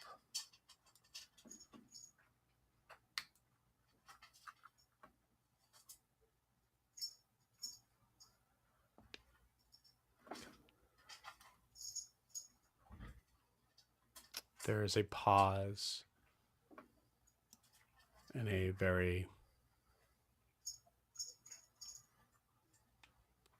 I would argue in saying a very like kind of peaceful sort of pause, as there is a response. Oh, Green, it's so good to hear your voice. We've been very busy. Collection is coming along.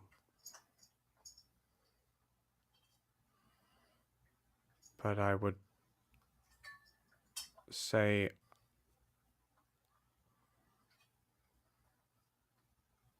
I will be there when needed. And then she'll cast another sending, say, to clarify, it would need to happen in the next few days. Green will send back. So happy the collection's going so great for you. Don't know what that is. Roll me a history check. We will be needing your help in a few days anyways, so that works. I got a nat 20 plus whatever my history is. Cool. They nat 20. You 21. remembered that there are wombats missing. Oh, okay. From hearing that response, you hear, like, you get the idea that, like, things have been going good. We've found them. They've, like, come to us, that sort of thing. But also, it doesn't mean that it's done either. So got it. Yeah, and then I was debating if I was going to take the book that we took from the library outside of the bubble, but I might leave that where that is because I don't want that to fall into wrong hands. Okay, you got it. Go ahead and roll me a religion check.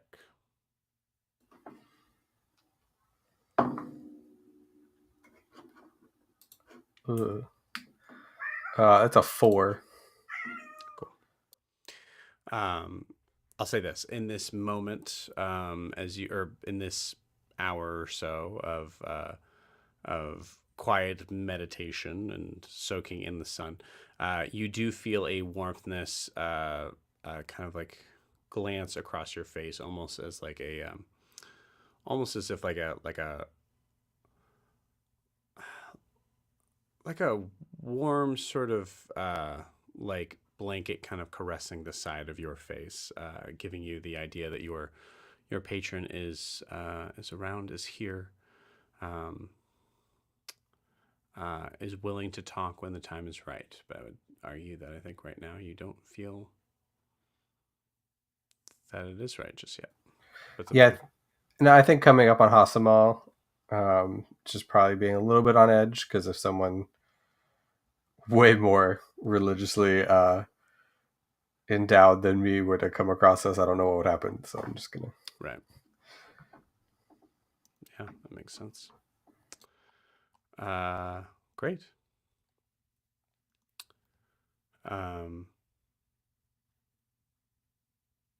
Cool. Anything else?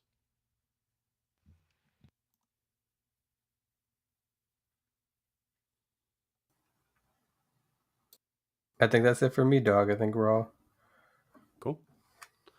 All right. So, Persia, as you are riding next to Grian, as Grian is kind of holding the reins, I think about a good solid maybe... Ewolf or Grian? Ewolf. Did I say Okay. Grian? Sorry, Ewolf. Yeah. I think about a good solid like 20 minutes goes by before there's a notable like...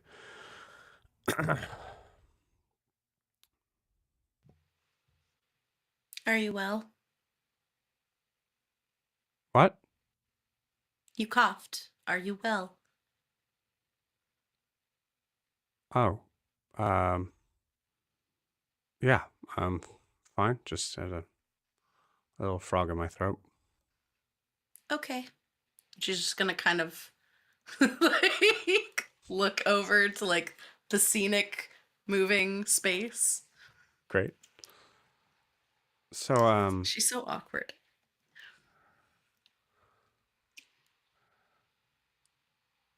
So what is this whole deal with Elissa, in your opinion?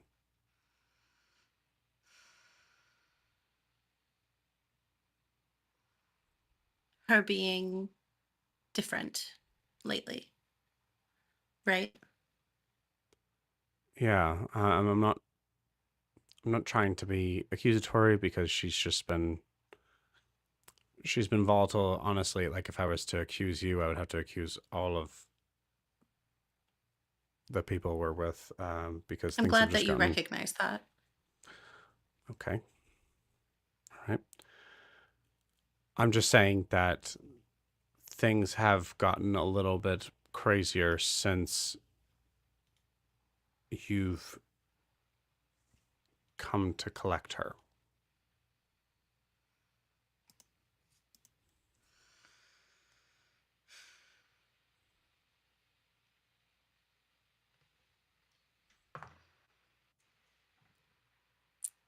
Oh, so they're not usually this crazy. I wasn't sure. You all handle it so extremely well.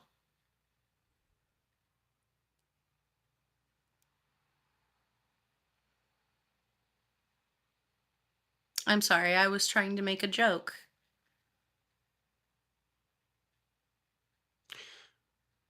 You know, there has been a lot of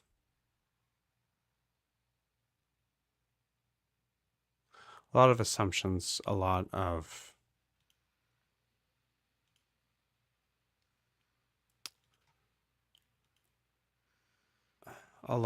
power plays, a lot of movements into trying to push me out of any sort of decision making when it comes to Elissa. But something that I think you should know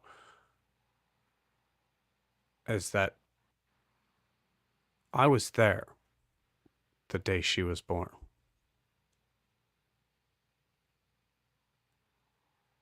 I taught her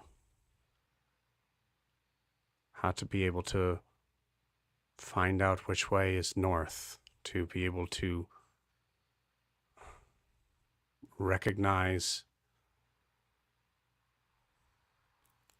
dangerous markings in the grass for footprints. I I've been there since the beginning. And I have been not the smartest or the fastest in making and helping to make decisions to keep her safe and to keep her well.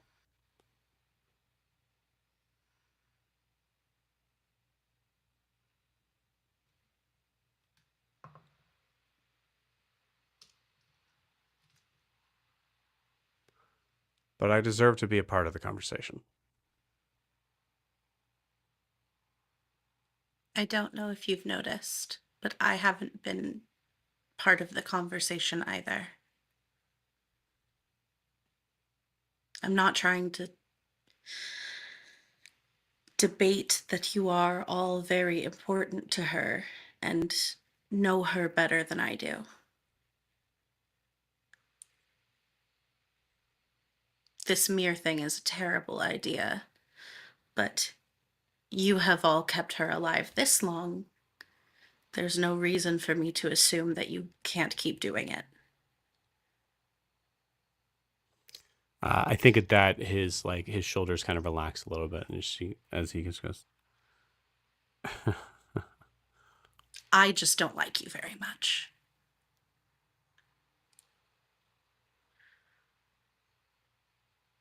You made a very terrible first impression.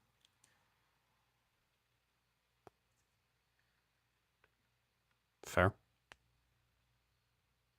That said, I don't know what happened with you and Eliane. I don't know much of anything, as it turns out. I'm sorry if I overstepped. I don't. It doesn't seem like my first impression was very good either.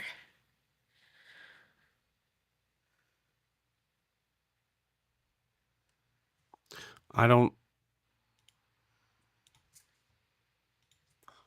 know exactly what you're saying or trying to say. I've tried my best to apologize and make peace with that, and if you're saying that's not enough, understood. If you're saying that is enough, Great. I am asking for you to include me in the conversation of why you think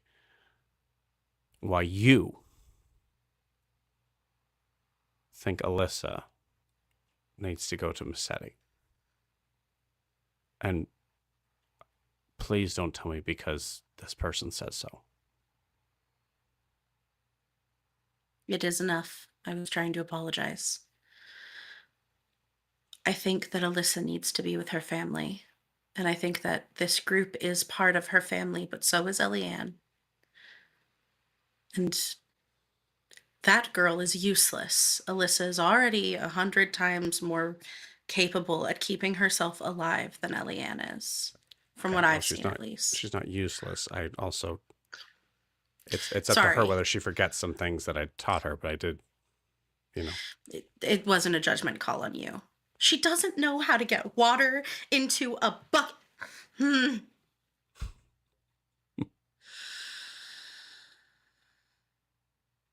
How much time did you spend with her? Like a week.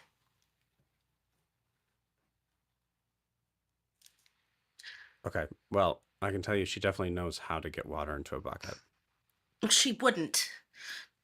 Denmother was just laying there. She was needing things from me, and I needed... It's not even important.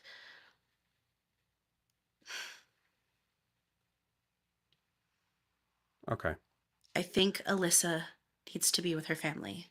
And yes, a great deal of my reasoning is because I was told that she needs to be there. And maybe that isn't a good reason, but Denmother Yudris has never lied to me, and she has never told me anything that doesn't come to be true.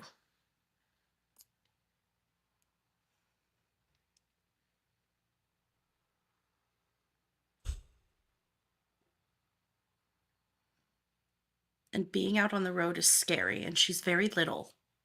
Elissa is. I don't even want to be out here.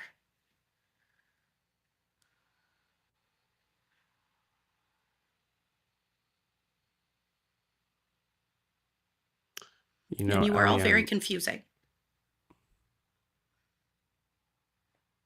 You think I'm confusing? You might be the least confusing, but everybody else is very confusing. I'm not sure how to take that, but okay.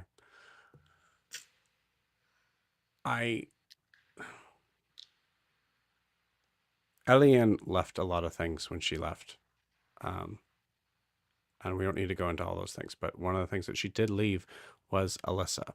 And even though Elissa seems to not have, even though Elissa says that she is not have any issues about it, she does. So I hear you. Family is important, of course, but I think it's also just as important to make sure that family is going to be sticking around this time.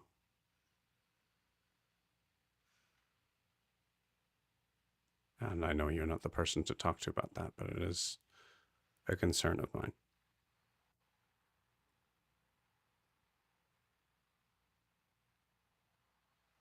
I hear your concern.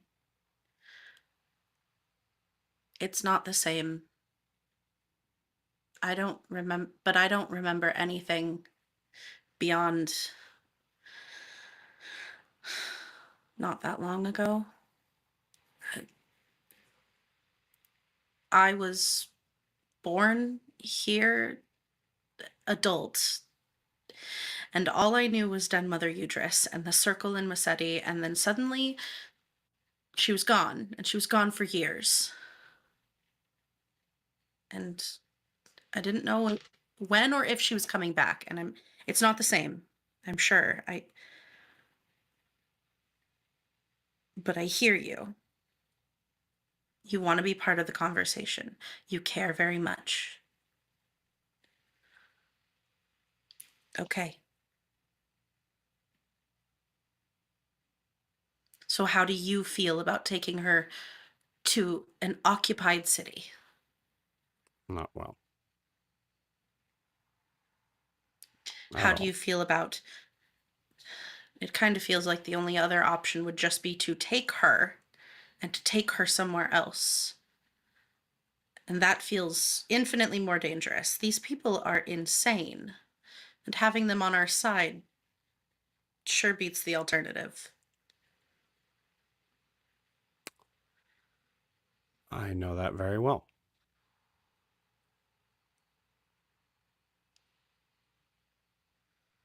Everyone seemed very scared when Titian was seeing things and attacking them.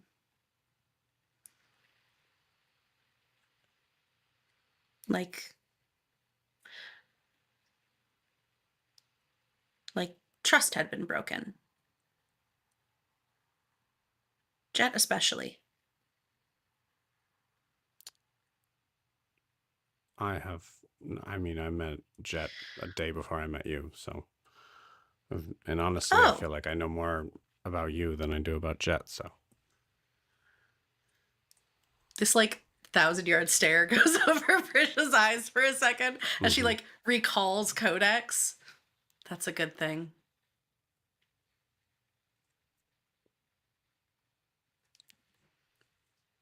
Hi, that's a good thing. I think. How do we keep her safe in Mir? It's all I care about.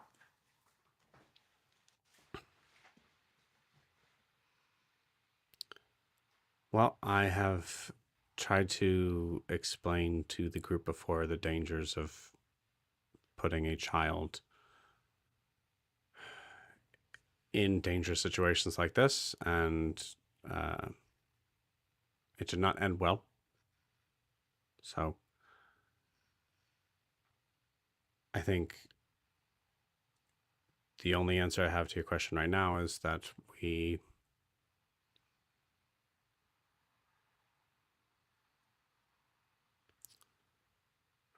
just trust that the group is going to do what's right when the time comes for her.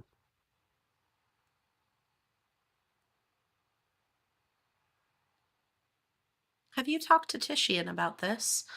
It sounds like a great deal like the concerns he was raising yesterday. Yeah, it was funny. It was a very weird kind of surreal moment for me. And there's a moment in the camera view of Titian grabbing Ewolf and slamming him against the tree for a second, and slaps as it snaps to just Ewolf's face. Yeah, it's funny. It's like things kind of come around full circle, but I don't know if you had an idea on keeping her out of Mir. You would have one vote in the yes column, at least, for what it's worth.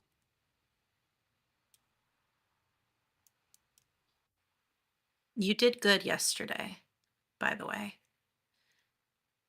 In the fight. Thanks. You too.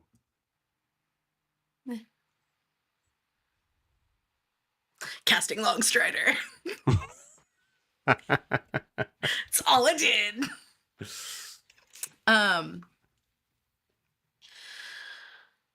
Well, keeping her out of Mir could have been simple before the personality shift. Do you have any idea of what's going on with that? You think that I have spooky insight into that? I would have to be able to say more than 3 words to her in a sentence before I got any understanding of that. No. Okay. I just, as someone who is not magically gifted, I have no idea what works and what doesn't. So forgive me, but I have no clue. Well, treating her like an adult doesn't seem to work. Treating her like a child doesn't seem to work. Treating her like a child soldier doesn't seem to work. I don't know.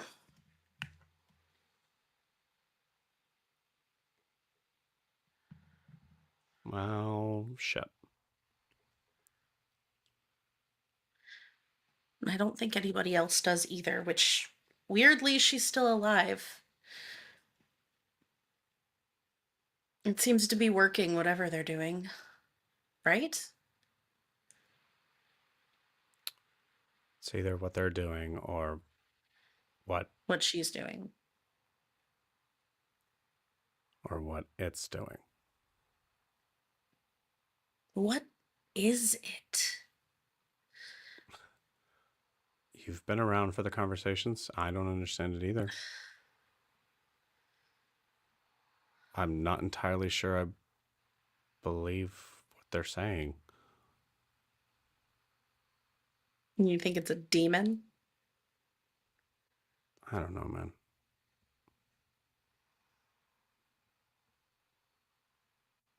Did that I just joke know it's- land? I don't know Uh, what a demon is. Oh, I think it like a demon's like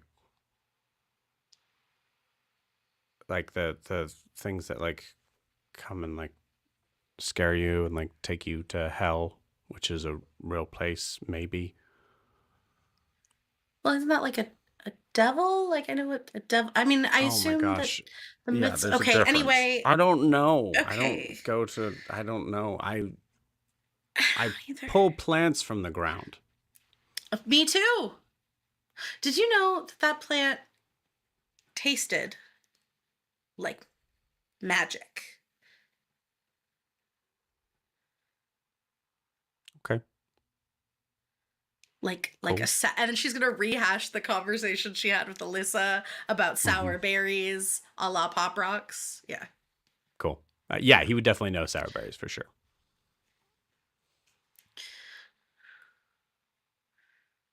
How do you talk to a child? I'm sorry. That is just everyone talks to her so differently. Ianthe draws on Grian's face. Titian yells at her sometimes. Jet treats her like a peer, like an academic peer. I feel like Adeem might be the only one who knows how to talk to children, and that is confusing.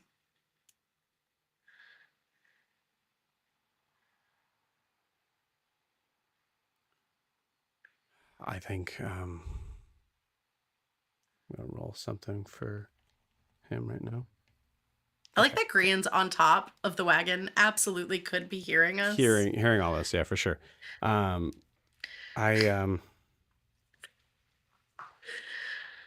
Elian, before she left, was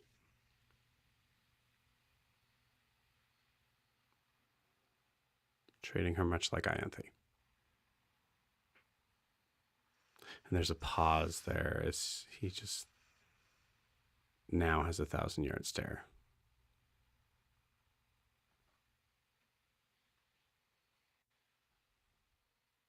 That's not that's not it, right? That's not the. Sorry.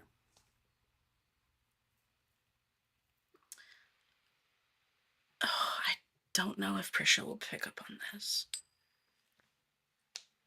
Nope.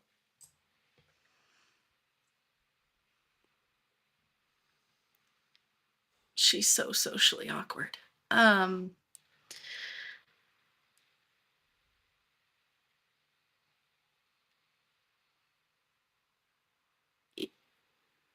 I feel like I have to ask this.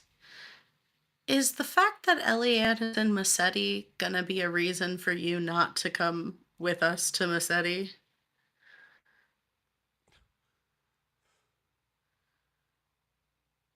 No.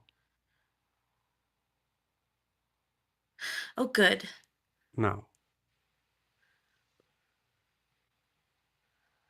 No.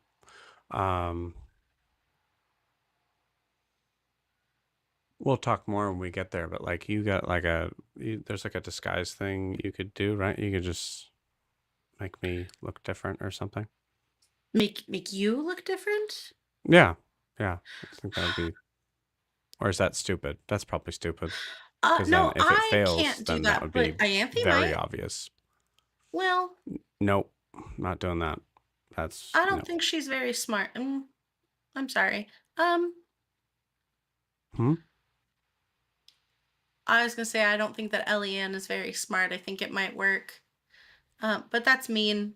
And I told her I would be nice to her.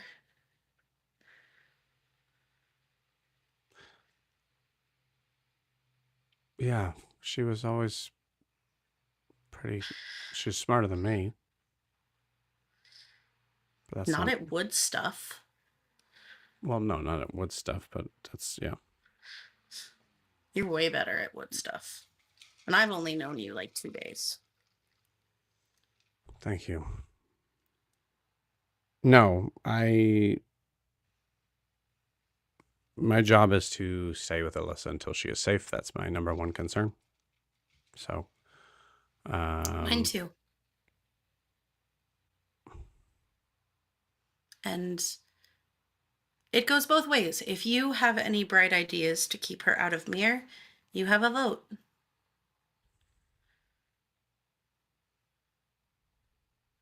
Can we please stop talking? what? She's like, I am just... Gran! Oh, okay.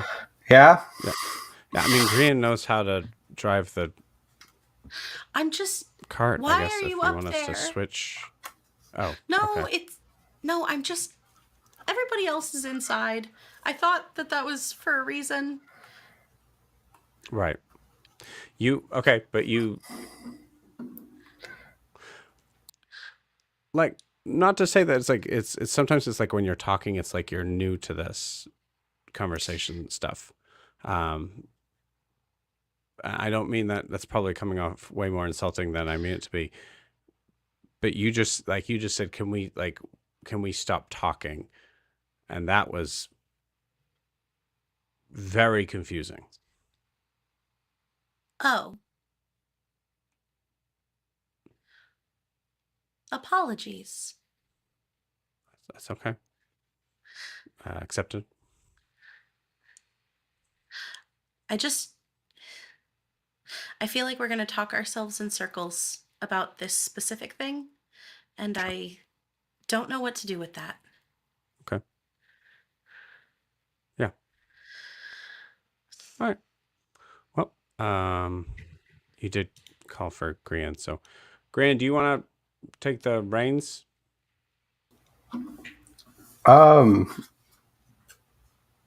Sure. Okay. I can if you need a break. Looks at Prisha and goes, yeah, it might be best. Okay. I can't exactly go into the bubble, so you're gonna have to move first. Neither can Ewolf. Oh, Jesus. Right. So there's a moment where actually I think there's a moment where Ewolf just goes, okay, great. Can you just hold on to these real quick? And Ewolf goes and climbs up as Grian goes to climb down. Let's have some fun and roll some checks here. Prisha, DC 5. How's animal handling? How is your animal handling? +3. Yeah, that's not bad. I'm going to say, yeah, no, I'll be nice. I'll keep it DC 5. DC 5 animal handling check, DC 5 athletics checks for both Grian and Ewolf. 10. Nice. 15. Great. Yeah, no problem. Switch happens. Ironically, Ewolf is the most awkward at it, as he's just like kind of pushing and he goes, and accidentally, I think, like kind of like steps on Prisha's head because of the horns. It's hard to kind of tell that that's hair unless you make a noise. No, she doesn't really make a noise. Just ow. Oh, sorry. Ow. Okay, sorry. Yeah. All right. You're up. Good luck. Dude. Don't know I get it. which one he's talking to, but here we go. I'm talking to you, Grian, for sure. For sure talking to Grian. Yeah. Thanks. I don't think it'll be that bad. Sorry. Just in passing. Yeah, you're probably better at it than I am. And with that, as you as you are making the transition out, we zoom out. I'm going to see something here real quick. Okay, cool. To this long, like as we zoom out past, we see in the distance, kind of going out and up into the like sort of bird's eye view. We start to see just the little bit of shadow of the parapet of the castle wall of Hasamal gleaming in the distance. With that, we'll take our 10-minute break. So see you guys in 10.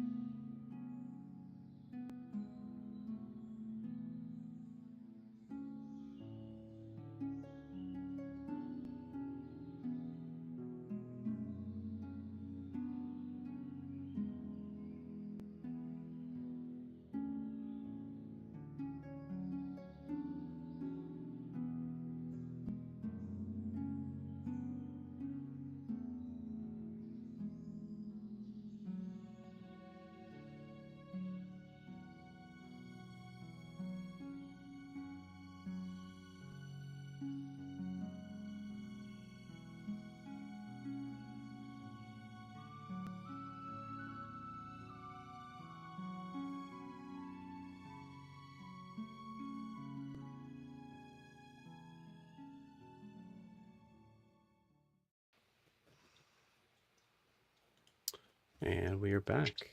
Waiting for everybody to jump back in, but cool. So as we're getting closer, we have Grian and Prisha. Prisha, I assume, immediately hand over the reins back to Grian.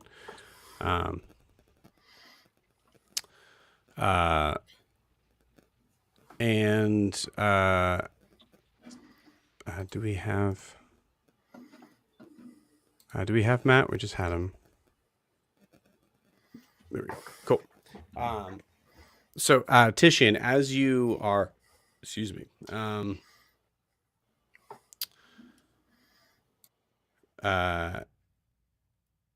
Well, actually, you're in the cart, so you're not entirely sure how close you are. So Grian, I think we'll say this. Let's do Grian and go ahead. Well, I would, because I have Barb on the outside, and Barb can. I think I can look through Barb's eyes. If not, Barb can at least communicate to me and has some knowledge. Okay. This is Summon Steed, right? Just check, make sure. Fine, Steve. Fine Steed. Thank you. I also have a pseudo dragon going around. Let me know.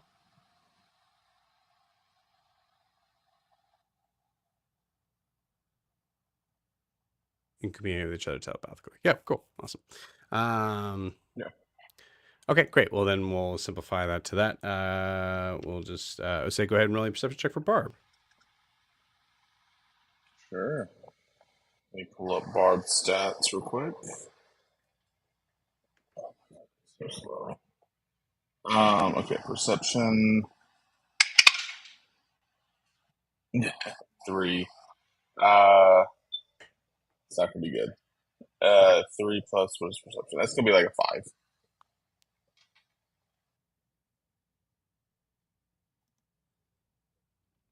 Maybe less. Cool. All right. We'll say for Grian and Prisha, go ahead and roll perception checks, and then we'll say Jet, go ahead and roll perception checks for your pseudo dragon.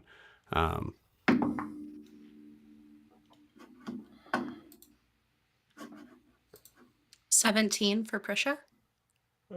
14 for Grian. Nice.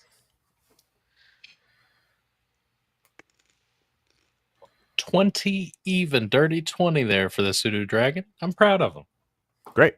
So now at this point, it kind of just depends on what you think your characters or your familiars would do. All of you beat the DC on seeing about a half mile away this extremely large towering wall. Yeah. So any of you think you would relay that to the rest of the party? Yeah, Green will take out his Rocky Talkie. And okay, guys, we are approaching Hasamal. If you're gonna stay down, stay down. Over. What is that? This is a it's a rock that we can use to talk to each other with. It's kind of like you a can use two-way a radio. rock to talk to. Is this a rock that has like the sending spell on it? Actually, this is a good moment to like say. So, Prisha, what you're looking at is an odd, like almost like amberesque looking stone. You see, there's some sort of like it is there's some like opacity to it where you can see like kind of like inside a little bit. It almost has this like egg shaped sort of quality to it. but I would say give me some sort of check. I'll say either a medicine or a nature check. Ooh. Okay. Well, they're both the same, so I might as well get the advantage. I was gonna say you do have advantage. Yeah. I do have a quick clarification question. Sure.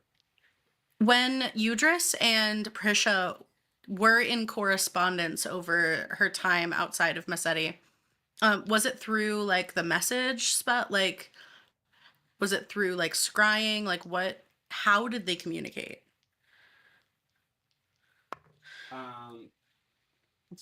That's a good question. I guess I specifically asked because if this is like a sending stone, is it a spell that she's seen before? Like, anyway, it may not be important. I rolled a 21. Okay, you got it. Yeah, I think so. First things first, I think the conversations that usually happen between Denmother Yudris and yourself are way creepier. And also more elaborate. It doesn't seem like it's weighed by like any sort of like 20 word sort of thing. Also, she typically is the one that's initiating them, so you're not entirely sure as far as like you sending to her. But as you look at this, the reason why I had you 21's really good. As you look at this, you notice that there's almost a sense of like, it almost seems oddly like it like strikes you as organic material, but building more into the idea of like how you would imagine a like almost like skeletal in a way. Like it doesn't have any sort of properties of being bone or anything like that, but it does seem to share this this sort of, I think maybe for Prisha it's like more of like this, like maybe this smell that it was once attached to something alive. Like the amber was? Mm-hmm. Or this? Okay. Interesting. All right. Is there anything encased in it? Not that you can currently see, no. Okay. But yeah, no, it's kind of just like an open line of communication that we can use to talk to each other. Oh, that's very helpful. I did not know that existed. You know, neither did I until recently, but it's a super rare object. How many do you have? Don't hate me. I think we have like 6 of them. If we still have one saved from somebody else that was with us, but yeah, I had an extra one that I gave to Elissa to hold on to while we were in Dyer's Wharf. And then I'm not sure who has the other one, if we still have it. Elissa had means of contacting everybody?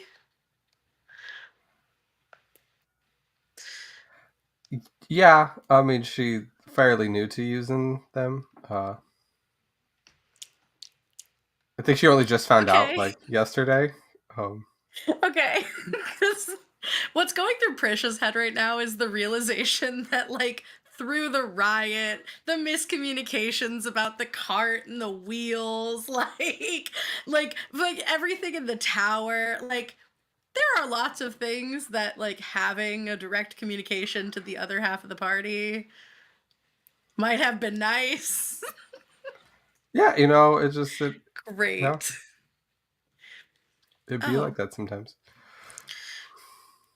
She is a child. Yep. And like I said, I think her and Jet kind of just figured that one out.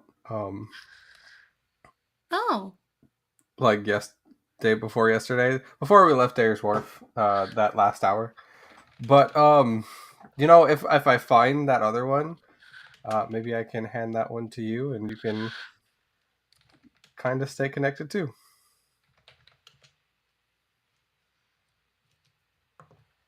There's an uncomfortable shift that you may or may not hear on the roof of the caravan.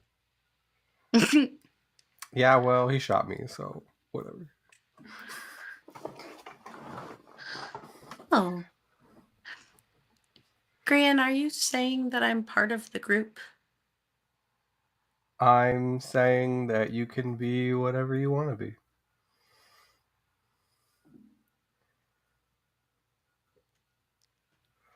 Within Okay. reason. Oh, you mean I can't become an ant lich? I Okay, was going to say fine. like president of North Imea, but I think, Ant Lich works just fine. Oh, that's funny. Um, I was going in another direction of like the idea of like Grian accidentally being a little closer to Prisha than he means to be when he says that. But yeah, I like your way Oh too. my God. Cool. False leading. That's fine. Yeah. Jeez. good. Okay, yeah. Okay, Prisha's gonna just kind of say like, okay. And just, that is a big wall. Yep. Yeah. But you know what, for now, if you don't mind, and Grian will kind of like unfurl maybe at least one of his wings and just like pluck a feather out. And he'll hand it to Prisha and be like, you can keep this for now, and in case you ever need me, if you know how to, you can find me. He also says this uncomfortably close. Yikes. Just kidding. Perhaps because Prisha's immediate reaction is she grabs something, like she starts digging in one of the trinket bags on her belt and like pulls out like a tiny, like a set of like little beads, and she starts stringing, like she makes like a little thing out of the feather and like some beads and like some twine or whatever she's got. She like starts tying it in her hair, like, or like onto her horn, just be like, ha ha ha ha, new trinket. Nice. Yeah. Cool. So you guys yell in. We're almost there. Titian, I would like you to roll me a. We'll kind of call this maybe that same sort of thing as a tactics check. Do you remember what I gave you on that before? Was it survival?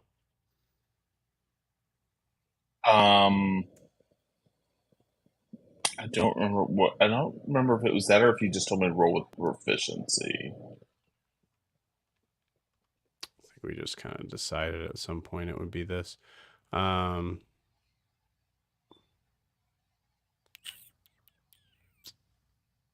mean, it could be survival or history. I mean, I'll roll whatever you think is best.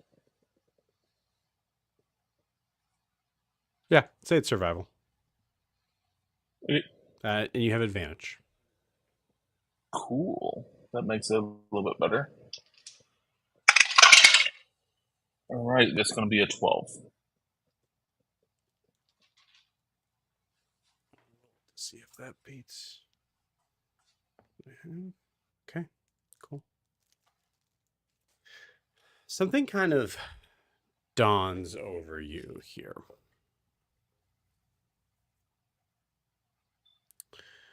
One more kind of poking the bear of paranoia here.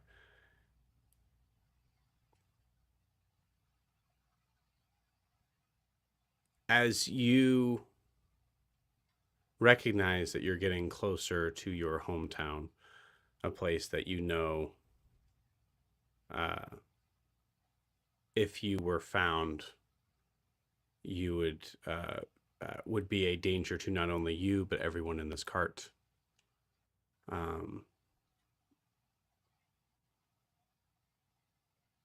You start to think about what you know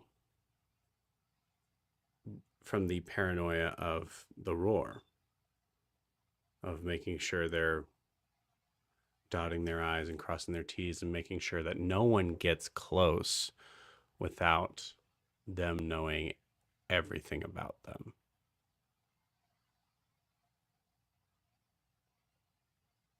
You think back to when you first arrived at Hasamal.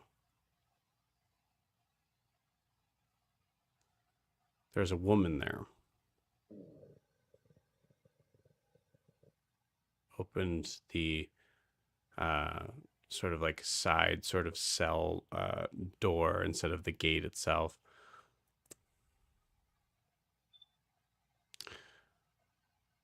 And you remember that she was expecting you. At the time, it made sense. You were coming with a very important item. But as the paranoia sort of starts to set in, you wonder if that's why she was expecting you.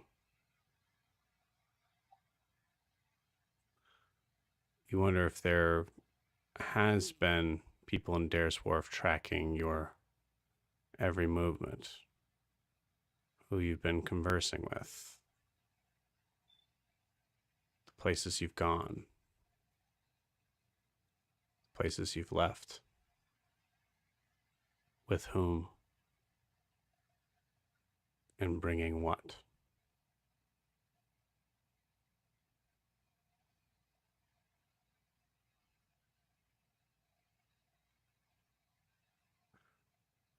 If the roar only would recognize you approaching, or Ianthe or Adeem, visually,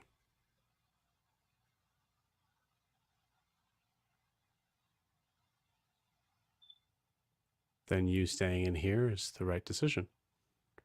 You should be able to just skate right on by, no problem. But if they know Grian or Prisha or Ewolf or the cart you're riding in, then not only are your plans ruined here, they'll also know where you're going.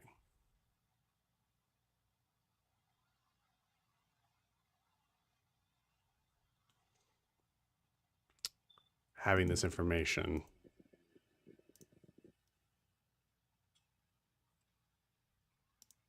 Tishian, what do you do?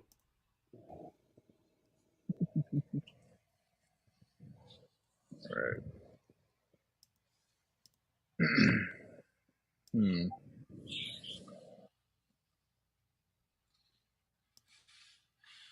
Tishian, I think, is going to. He consciously didn't tell them up front because, in his mind, the best liars are the ones that don't know they're telling lies. Mm-hmm. As weird as that seems, but But now he's starting to second guess that, and he's not so sure.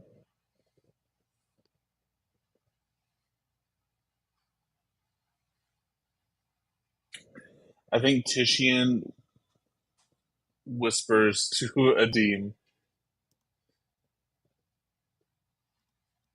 I think he just sort of leans over to Adeem, which I'm imagining were sort of similarly close, next to one another, and goes, "They know us." And then, I think he's gonna pull out his rock, and he's gonna just talk to Grian, he's gonna talk into it to Grian.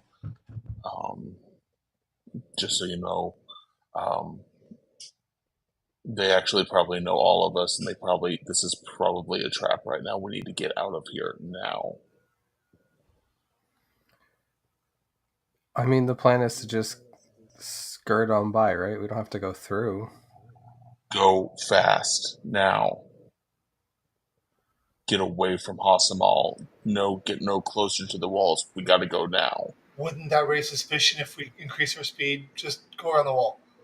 They already know who we are. It doesn't matter fast or slow. We are going to die if we stay close to the wall. We got to go now. So we just go around the wall. Yeah, we just do what we're gonna do, like we have, and just go around, like we planned. Persian Green, roll me a perception check.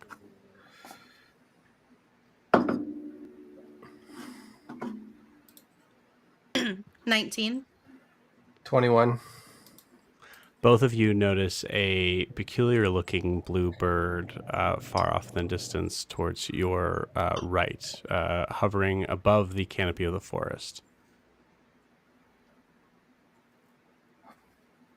You know, I keep seeing this falcon bird all the time. Is he saying that Is in the rock, or is he just saying it? This is just me whispering it to Prisha. Okay. Is it the shape of a bird that Prisha's ever seen before? I assume the blue means it's special, but is it like, does it have like a corvid body, or does it have kind of a shape that is vaguely familiar? I would say it kind of like has this like, especially from like the distance that you're at, it kind of like looks somewhat like a heron, like kind of like a long build. It's flying? It's flying. Mm-hmm. Yep. Okay. Let me ask a mechanical question. Sure. Do we have to go through this path to get to Mir? Because we had talked about like skirt tailing around it, like not really getting.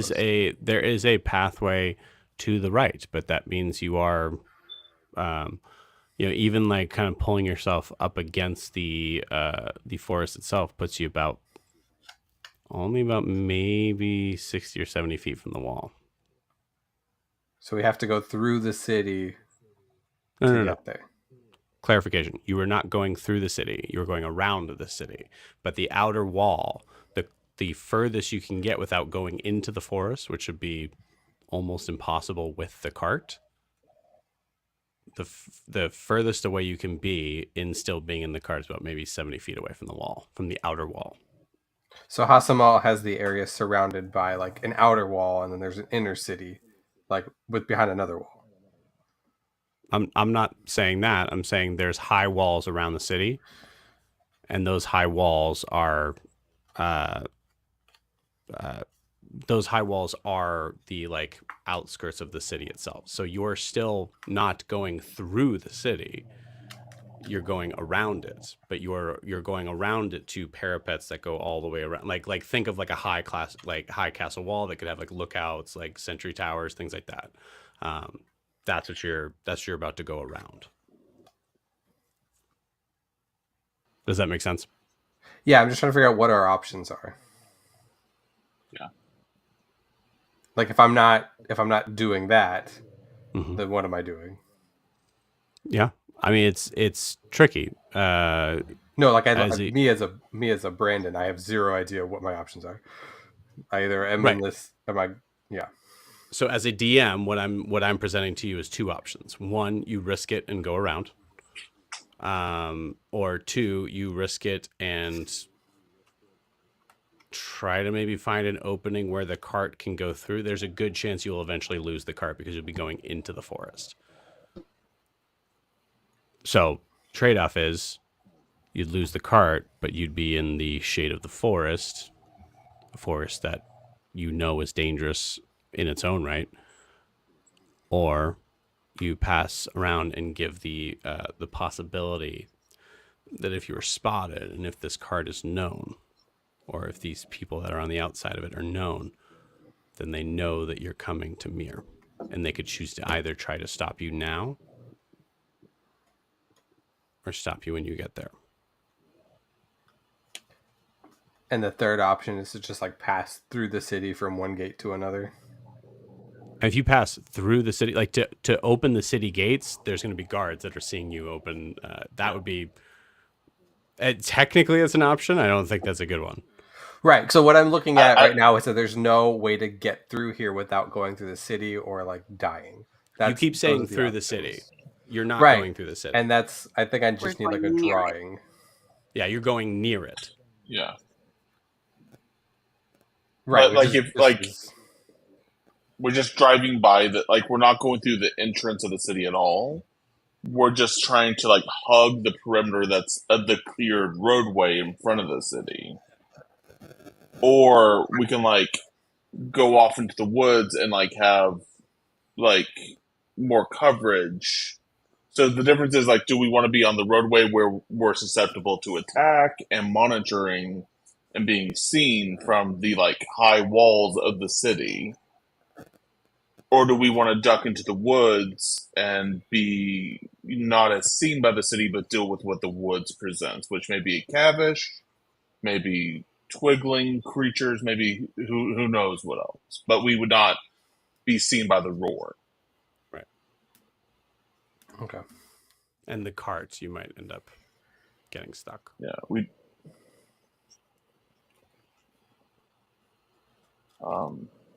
I'm just so because Tishin is set. I understand what Go you're ahead. saying. Just for me mentally, literally 60 feet is the end of my house to the end of my neighbor's house. It's not very far. So I'm it's as wide as an actual road. That's it. Yep. Okay. Yeah. Okay. Then I will present it to the group and just say, what do you guys want to do? We could We need to get off the road. I'm just gonna throw this out there. This bird's been following us. Do we want to go see what they want? Bird's been following us? Wait, what? Yeah, Cavish's bird has been following us. You been following us? Ianthe was there? Okay. I remember that. hearing Adeem angry on there, Ianthe knew the whole time. Click. Not just me. Yeah, remember we were in the front? That's why we crushed the flowers. I remember. I think Ianthe was not paying attention. That's why we crushed the flowers. Come on, Ianthe. Back me up here. So I mean, we could either drive close to the city, or we could take our chances in the woods. We're damned if we do and damned if we don't. Just tell me what to do, and I will cut down the birds as I see them. It's a phoenix. I don't think you could really just Great. It'll wake up later and have to find us again, and I'll cut it down again. I'll feel less guilty. So, how close are we to the wall? Are we within? We're not within eyesight yet. We just have. Well, you're about a half mile from the wall. So if we're gonna do we have time for shenanigans. Yep. Yeah. And obviously you can hear the cart still moving, but I'm allowing decision to be made as a bullet time.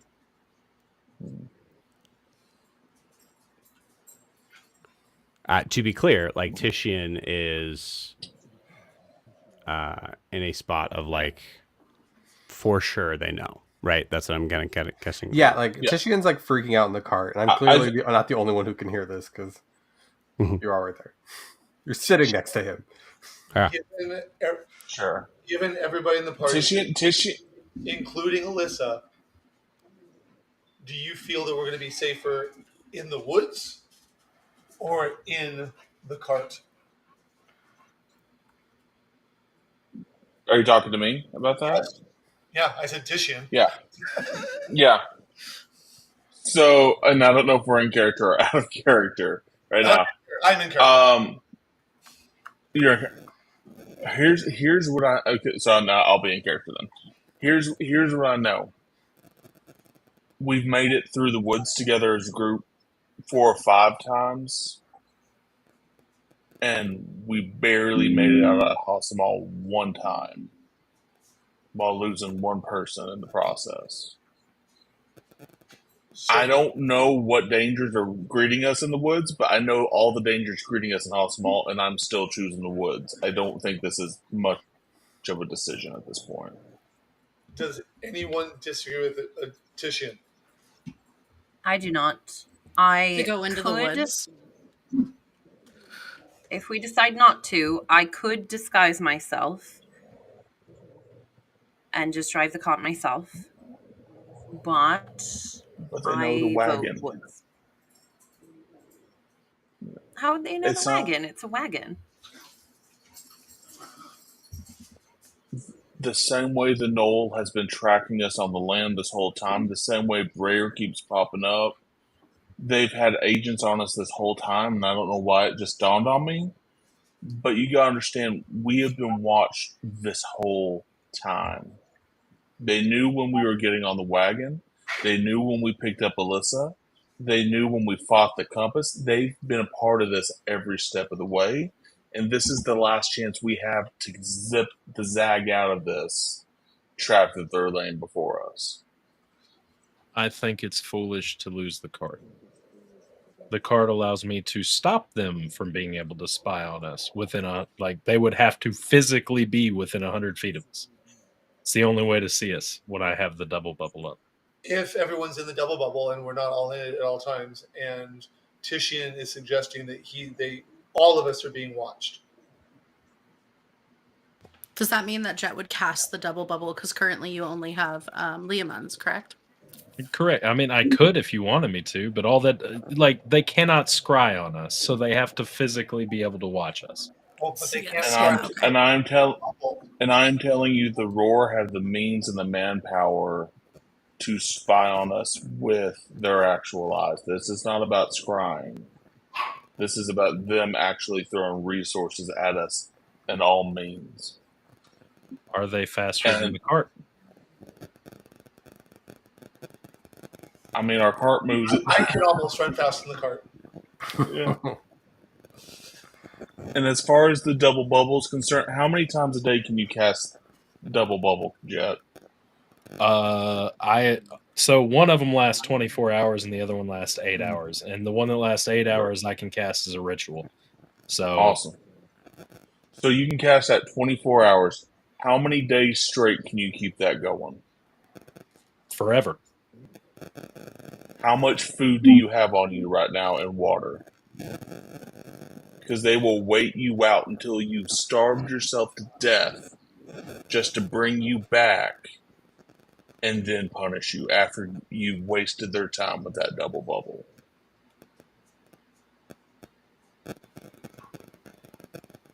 I mean, I don't care because no one uses the bubbles anyway.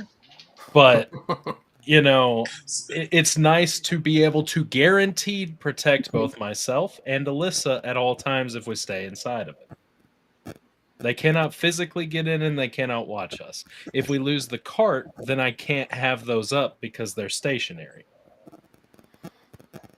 It'll only be while we sleep. Can I ask, how do you know that they've been tracking us this whole time? Just because I know. And this is something you gotta understand.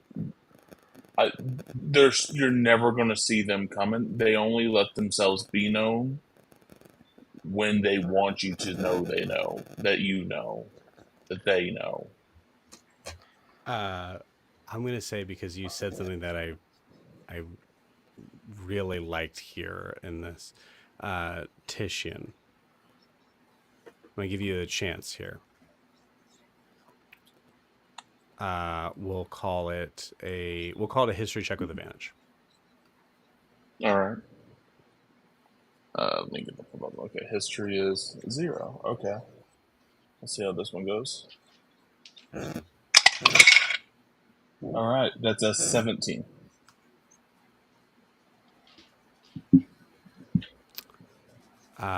Matt, I would like you to check Titian's inventory. Oh no. What do you have? What do you have that could have been tracked from the very beginning? The ring. Could it be the map to Raven's Rock? As you reach into your bag, there's a moment of horrible realization that comes over you as you reach into your bag and you pull up this crumpled, deteriorated cloth that seems to be ripping at the seams as you see the markings that are left on there. And all of a sudden flashes of memory comes into play from talking with Baceres and being guided on where to go, and recognize that as soon as you guys got there, as soon as you guys got out, all of a sudden there was a swarm of Leonan's guards. The roar itself were there, ready to greet you on the other side. And if it wasn't for the Knights of the White Flame that was fighting them, you would have been captured then. You remember being on the boat and noticing that even though you were you were nowhere near the shoreline and close enough for someone to be able to even happen to recognize, how did they know that you were there?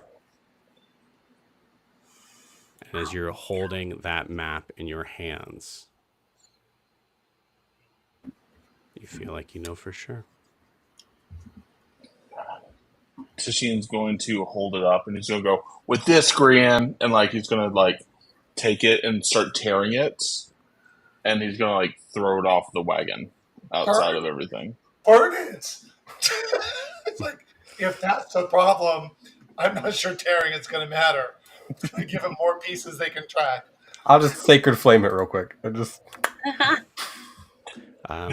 how they've been tracking us. Yeah.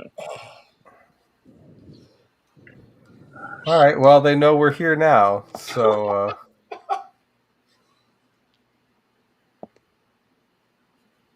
See, I tell. What's it is? If you, we're in danger no matter what. So, and this goes out to everybody, PCs and NPCs. Does anybody have an issue with going into the woods? NPCs won't. No. Okay. No. Still opening it up, I'm not. Mm-hmm. I'm not shutting somebody out. I'd prefer we not, because we went through this whole thing to get a cart, but it's the okay. cart's been compromised. Yeah. Okay, well then, I'm with Tishian then.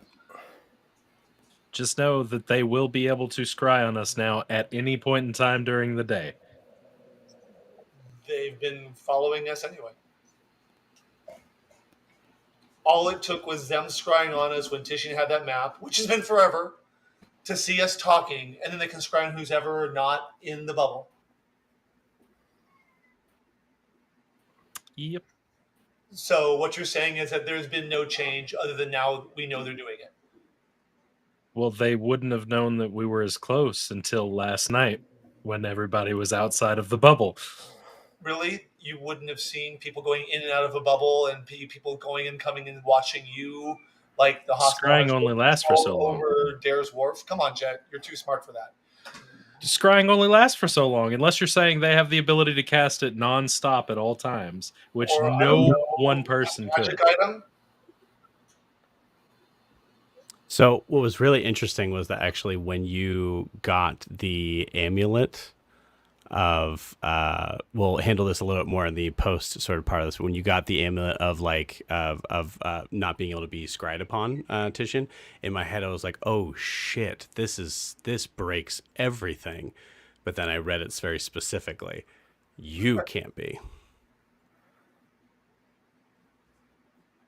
You can't be tracked, but the item can be. Okay, Right. so Scrying was a target, right? Not a item. But I don't know. okay, so I mean, we go to the city. We could be fucked. We go to the woods. We could also be fucked. We could be fucked. Mm-hmm. Either way, we lose our shit. Can I propose a quick vote, and would everyone be okay with majority goes? Sure. Yeah, that's what I was getting We to. want to be united. Yeah. Makes sense. Yeah, that's fine. I mean, we Okay. can go to the woods if everybody wants to go to the woods. I don't mind. I'm just saying we went through a lot for the cart and we're losing it. Welcome to the new moon, man. Yeah, This I is the guess- second card. I guess such is D&D, right? Oh well. Okay, All right. then let's vote. You got it. All in favor to go into the forest, losing the cart, but feeling Possibly like you're under the losing cover the of cart. the forest. There's a very good chance you're losing the cart. I'll say, sure, I'll give you the possibility of not losing the cart. Yeah. I'll say, going into the forest, raise your hand.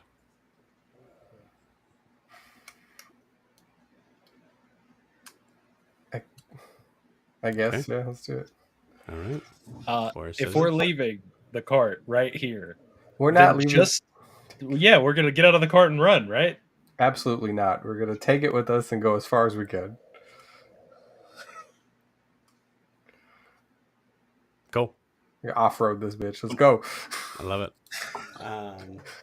Get in the Wrangler. We're going. And when we decide we cannot get further, we are going to either backtrack or go forward into the forest in a different direction from where we left the cart. Yeah, makes sense. All I'm saying is, before we leave the cart behind, Jet is going to execute Frank. That way they don't get Frank too. I mean, we could just ride Frank. You don't have to Say, murder him. or you could Either just, he would starve to death, or you could just let him go. Yeah, let him go. Oh yeah, but he's in the woods. He'll be hunted by lion people. We'll just all yell could at just him. ride We're not Frank. going to execute a horse. Yeah. We could just ride Frank, guys. He's a horse. That's fair. I just didn't want them to get the freaking horse. I I was like, Your heart's in the right place, but we don't have to do. Yeah, I get you. No Taco Bell. To be safe, we need to kill half the party to make sure that we're not tracked. exactly. Yeah, exactly. Titian, Ianthe, and Adeem just write new characters up. It's fine. Right, just real quick. Just You guys are the most likely to be tracked. All right. Anyways, all right. tree. All right, so into the woods. Back to the intensity of this. Cool. So you guys shift positions here now, heading into the woods. Are we going full speed? Are we trying to look like everything's fine as you guys are just careening into the? I think casually just going in there like we've done this 1,000 times.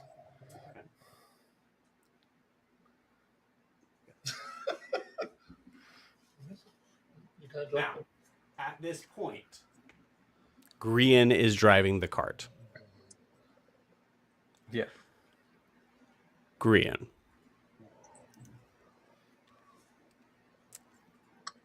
I'll be possibly nice here. Let me grab your character sheet here. Okay, cool. This would be a survival check to see how far you're able to get into the woods with the cart. Okay. And it'll be a lot of these, clarification's sake. But as you are all going by, the cart itself is not stealthy, even in a space of just kind of nonchalantly going along. You're not entirely sure how that item worked, whether or not it was something that was just constantly tracked, or it was something that someone was periodically looking at. Technically speaking, Titian, you also are not entirely 100% sure that that's what they're tracking you with, or if they're tracking you at all. Technically.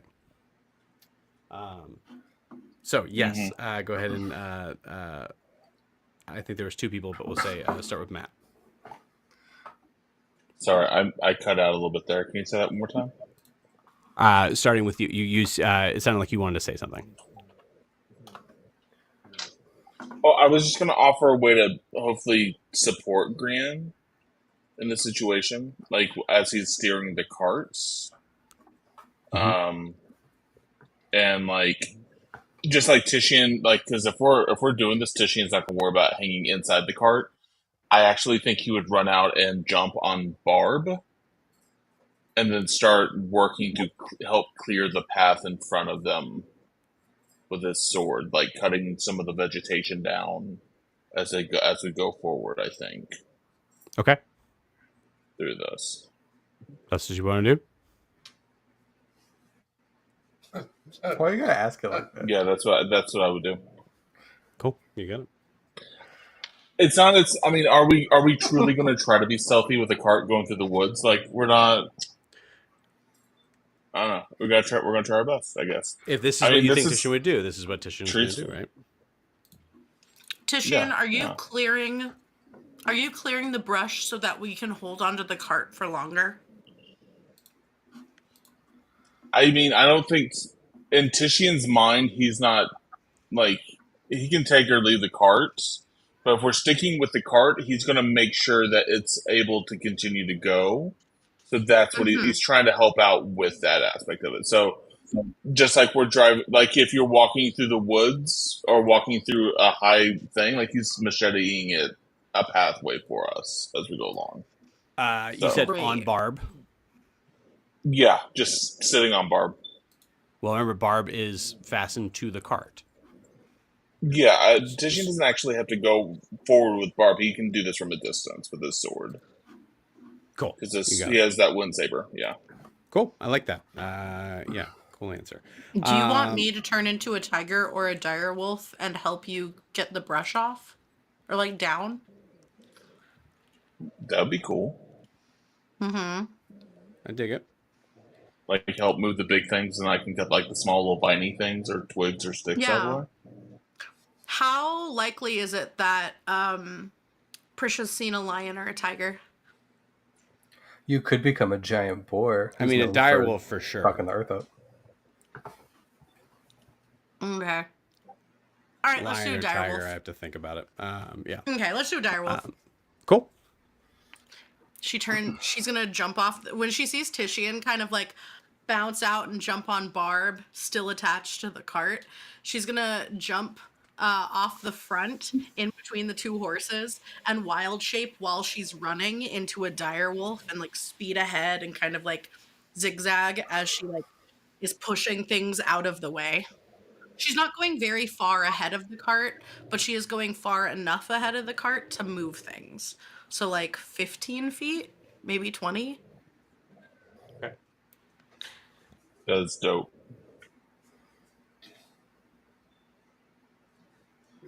Frank.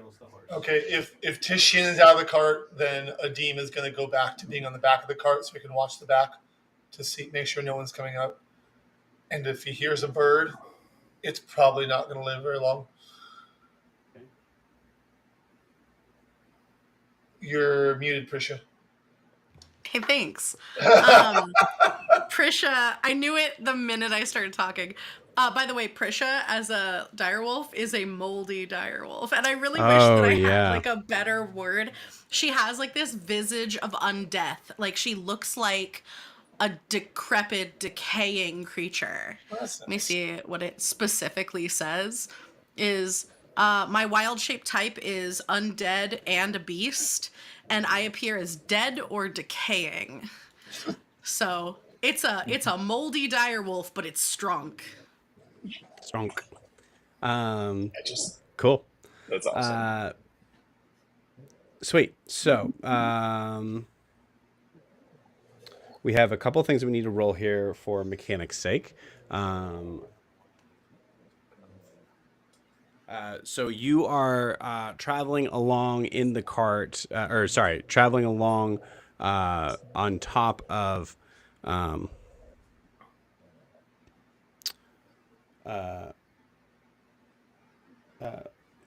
Barb, outside of the cart. Yes. What I'm going to say now is I would like everybody to roll initiative, please. Cool. And go ahead and just put it in the mid-game chat. Just do me a favor and just try to put just the number. Don't put any like comments sort of thing, so that way I can just quickly scan.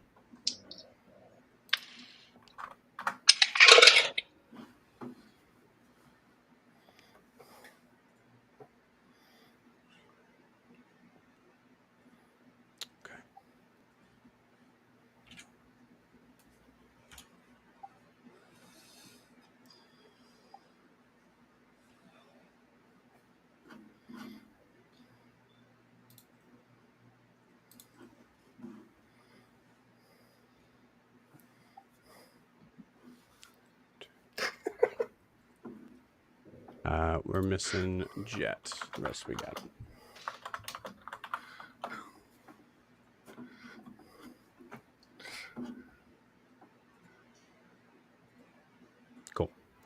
we're going to say the familiar follows your initiative for this. Sweet. So, Adeem, we are starting with you. The cart also has an initiative. The cart, I rolled a 5.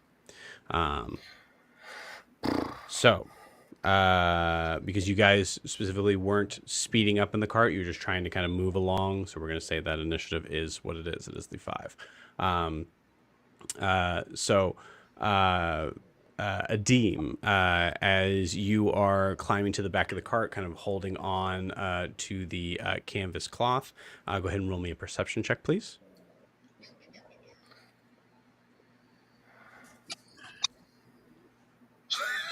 He's such a thick stone. 6. 6. Cool. I will ask, what do you think you're looking out for? You're now at this point, you're much closer to the gate. I would say probably about closer to maybe like 400 feet now. I mean, I really hate to say this, but anything that's not us. I mean, he's got me paranoid now. But if you want me to say things that are specific, I mean, any Leonin or indication there's a Leonin here.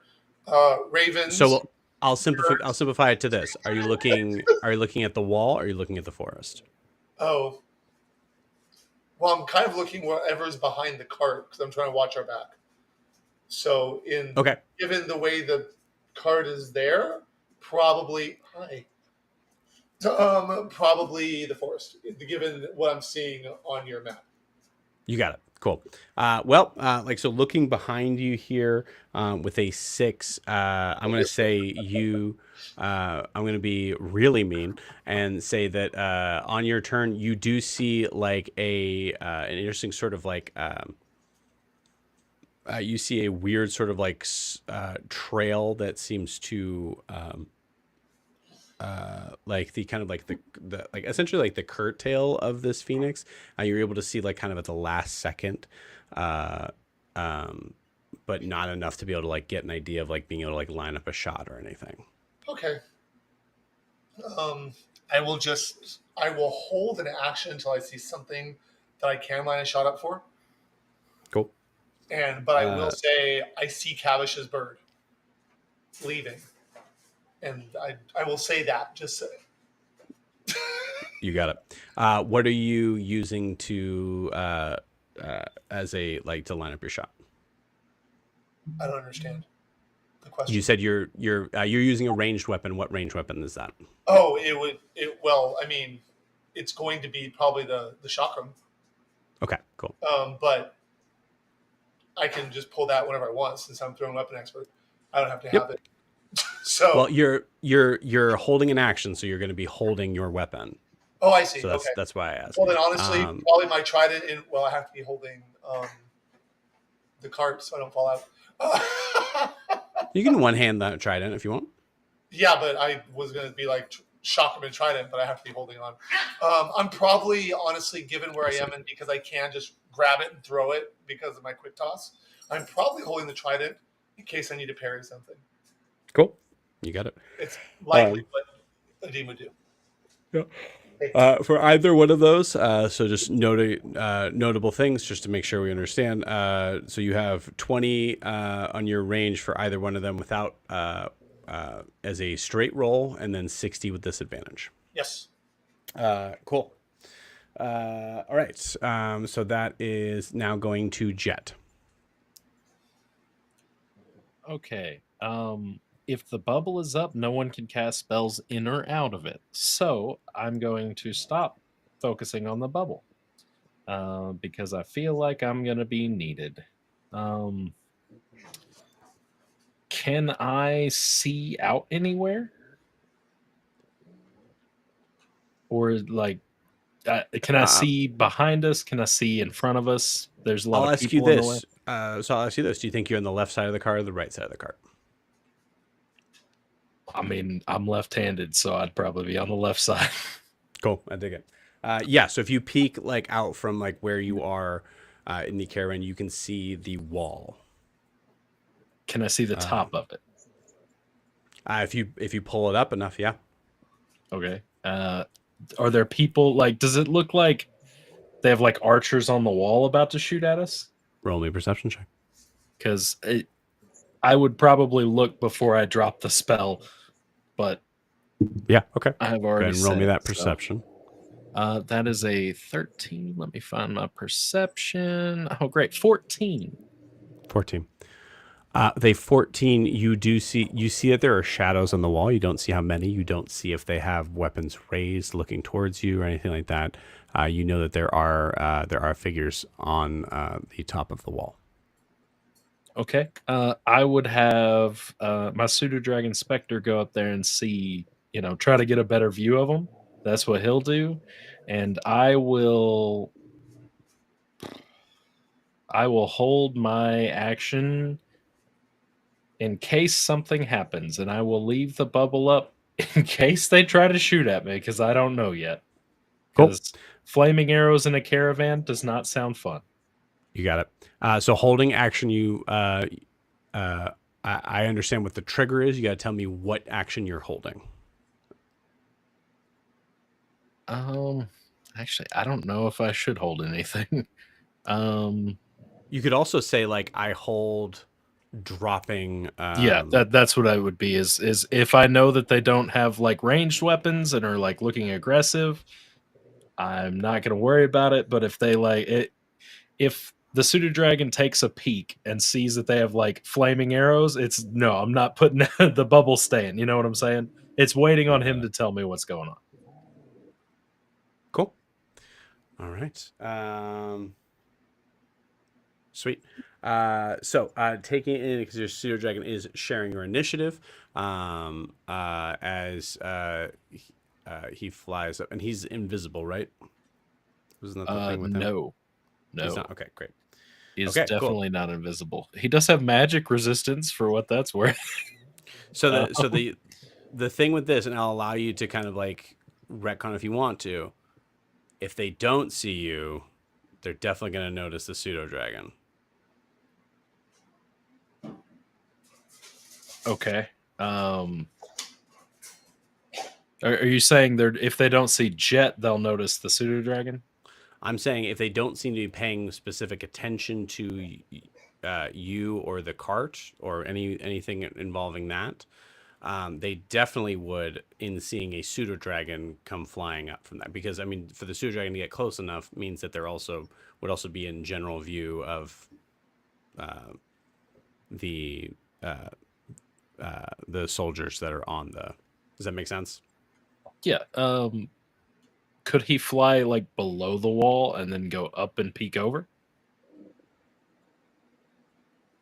I mean, he's only like this long, right? He's like 6 inches long or something like that. Yeah. We'll simplify this and we'll say go ahead and roll me a stealth check for him. Oh God. Yeah. There we go.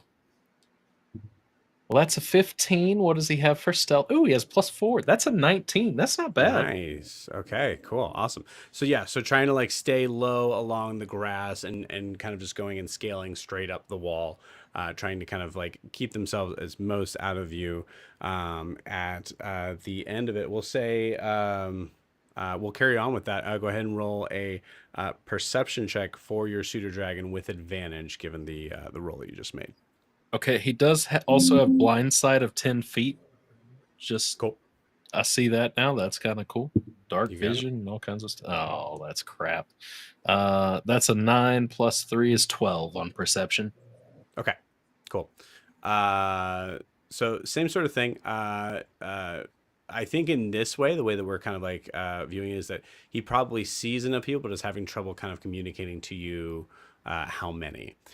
So you just hear people on top of the wall, but you're not entirely sure how many. You're not entirely sure. Like it's a fail, so you're not entirely sure if they're noticing you or not. Okay. Then I will just keep the bubble up and pass my turn and hope that if they shoot us, it hits the bubble and not the rest of the cart. You got it. You rolled with advantage, right? On perception? Perception? No. Oh, yeah. Yeah, so the pseudo dragon had perception because of that really good stealth check. Then that is a 16 plus 3 is 19. There it is. Cool.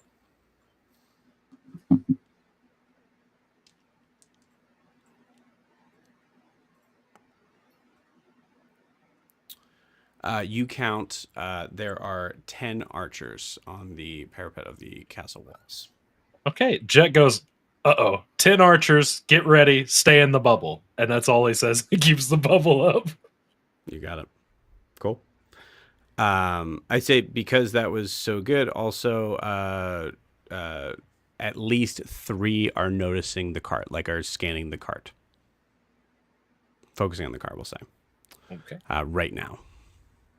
He's just going to let everybody know all this information. He's going to say, whoever's up top, you might want to get beside it. You got it. Cool. Yeah. Sweet. So I believe that leaves technically Titian and Green, you guys share dexterity, you guys share initiative. So you guys can kind of choose if you want.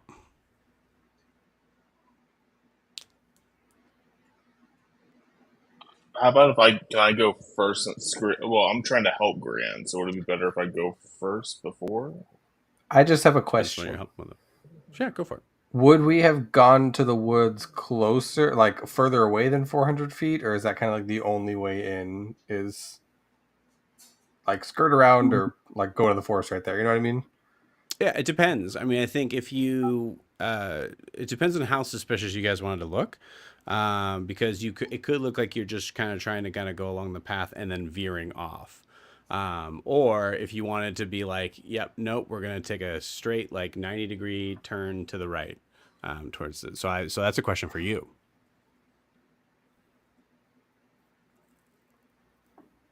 You're driving. Okay. God, let the Florida man drive. Okay. You all pick this. No, I'm kidding. No, I think kind of like the veering off to like not like directly being like, oh nope, skirt. Like I don't think that's a great idea. I think Makes just sense. kind of like the slowly venturing that way to skirt around. Not necessarily Yeah. like as we get super close and be like, oh, let me go this. Right. Like I'm gonna hit the curb, but like in the way that like, oh, I'll just casually go around. So I will simplify this in saying that it is about, from the distance from where you're at, you're about 90 feet from reaching the forest. But still like 400 feet from the door or from the city wall. Because you're veering, your 400 would also go down as you're moving. Right. But yes, right. currently in this moment, 400 feet. Yes. I think it should be fine. Okay, Cool. that was my question. Thanks. You got it. It's still both your turns. I'll let you. I'm happy if you want to go first, Brandon. I mean, I'm just gonna drive the cart into the woods like a madman, and you guys are clearing out the way, so I'm just gonna hold on to the reins tight. You got it. Now, when you say like a madman, are you saying you're dashing with the cart? No, like I'm crazy for going into the woods. Love it. Like, is this a sane decision? No, but here we are. Incredible. We said we're gonna do something dumb. Let's do something dumb. Yeah. So, yeah. And then I guess and on the off chance we get attacked, I will. I can't do a bonus action. I will go ahead and just ready.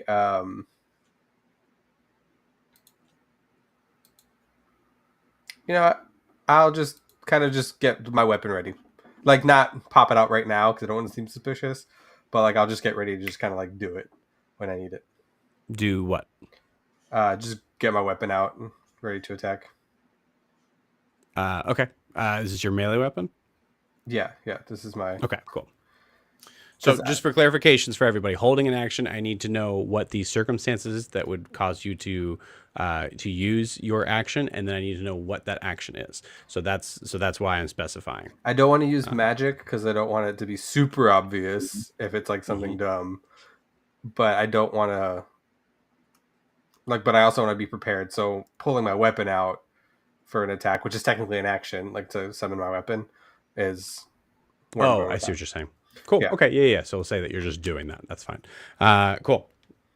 All right. So next up, this is where things get really hairy.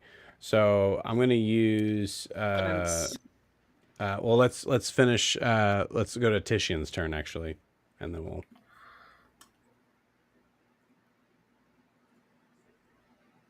You're muted. Yeah, I'm just looking for debris, vines. Obviously not trying to hit the undead direwolf in front of me, but sort of like trying to like just make sure that it's as smooth sailing for the wagon as possible in this situation. What's the range on your saber? Great question. The range is just 100 feet. Wow. It's 50, 100. So Okay, so I'm 100 with guessing disadvantage. With disadvantage, yeah. Yep. Once again, I'm reminding myself that is crazy range. That's funny. Okay, cool. Yeah. So there's definitely like no debris or anything within 50 feet of you, as it's still going to be kind of like the grass, sort of like marshland area. Mm-hmm. It is 90 feet before going into the forest. So I will say, go ahead and give me a perception check for any debris that you would immediately come into sight of. Okay, perception check of 16. Cool. Yeah, 16 looks like the first first 10 feet smooth sailing, no issues. So you do not have to use your weapon right now here on this. So knowing that you don't need to spend your action to do so, is there anything you want to hold your action for?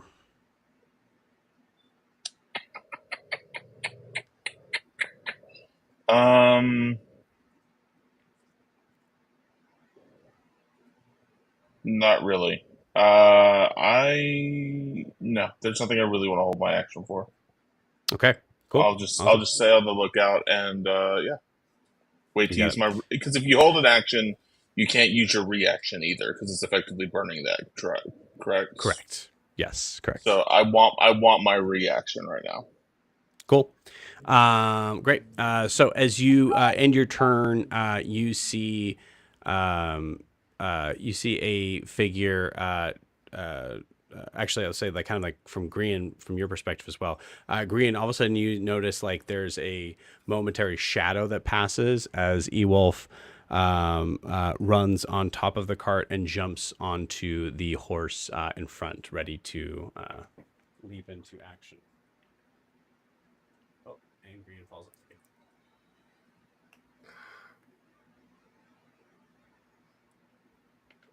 So Ewolf is on the horse. Also, I'm going to say Ewolf is going to spend Ewolf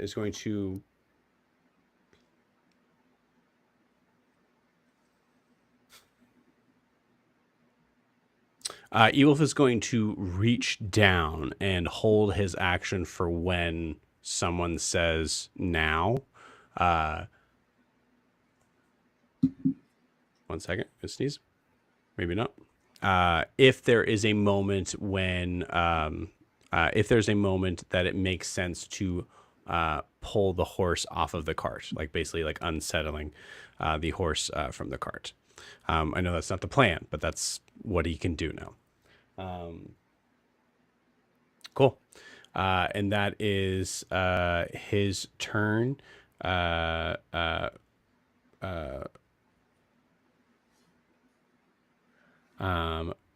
Prisha, I want a perception check as the wolf. Excuse me, as the dire wolf. But just for clarification's sake, it is not your turn. Okay. Do you want that perception check now? Yes, please. 20, natural 20 for a total of 23. Incredible. Cool. As being the dire wolf that is like moving quickly through the grassland towards the area where the brush is, before you even start your turn, you look up and you see just a glint of metal, that horrible metal that catches the sunlight just in time to see it. There's an arrow that is pointed. There's at least one arrow that is pointed in your direction. And as you notice this, you see you also see this blue bird start to come out from the forest and flying, seemingly like getting bigger as it's coming closer, but also getting bigger itself, as she. I just rolled that 20. As she comes flying in that exact same sort of spot where there's that glint of metal, and you see two archer figures fall off the wall to their deaths. We are now full in it. There is one archer left. They do beat your initiative on this, just from their decks. That goes and shoots immediately at Titian, who is on Barb. I assume a 12 does not hit. For Titian? No. I know it. I know a 12 Does not hit. Cool. So Titian, you also like happen to like notice like just like as an arrow just whizzes by your head.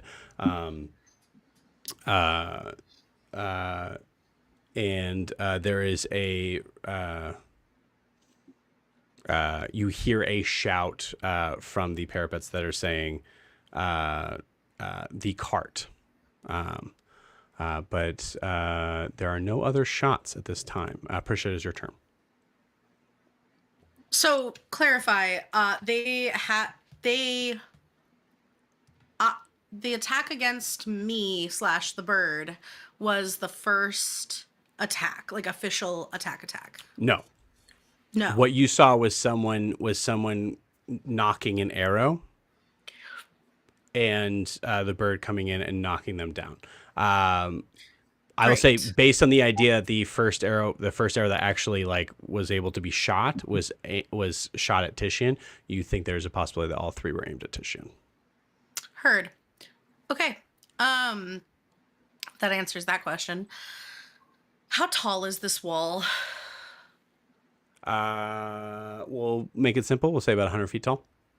100 feet. Okay.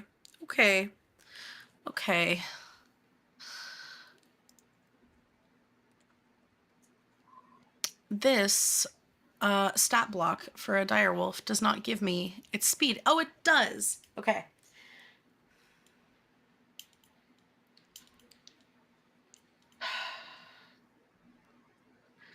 How are jumping mechanics done in D&D? I'm just curious. We'll simplify it for the sake of time. What would you like to do? I would like to basically parkour my way up the wall. That's a little crazy. I have a movement speed of 50 feet. If I dash, that's 100 feet. I'm just curious. Is there anything on that sheet that says vertical movement 100 feet? No, of course there's not. Okay. Like, for clarification's sake, this is like a castle wall. It's not like a natural, like sort of like cave formation where there might be like sort of like you're able to like Billy goat yourself up. Yeah, it's straight vertical. Well, okay. Well, then I guess I'm gonna keep tearing ahead of the cart. Do I need to roll anything to move debris out of the way of the cart with my big dire wolf body? Well, we'll say like, so you started 20 feet and then you have 60 feet of movement? Yeah, I have 50 feet of movement, so I can move 30 feet. What? So I was What's 20 your movement feet speed? ahead of the cart. 50. Mm-hmm. Your movement speed is 50 as a direwolf. 50. Got it. Yeah. Got it. Cool. Yeah, so 50 feet added with the 20 that was there before your turn, because you already said you were like starting out before the cart. You were able to move 70 feet forward. There is no debris that you have to worry about right now. Like anywhere around you, unless you wanted to dash, and then dashing would be your action to do so. So, but it does make sense to dash if you wanted to do that. Yeah.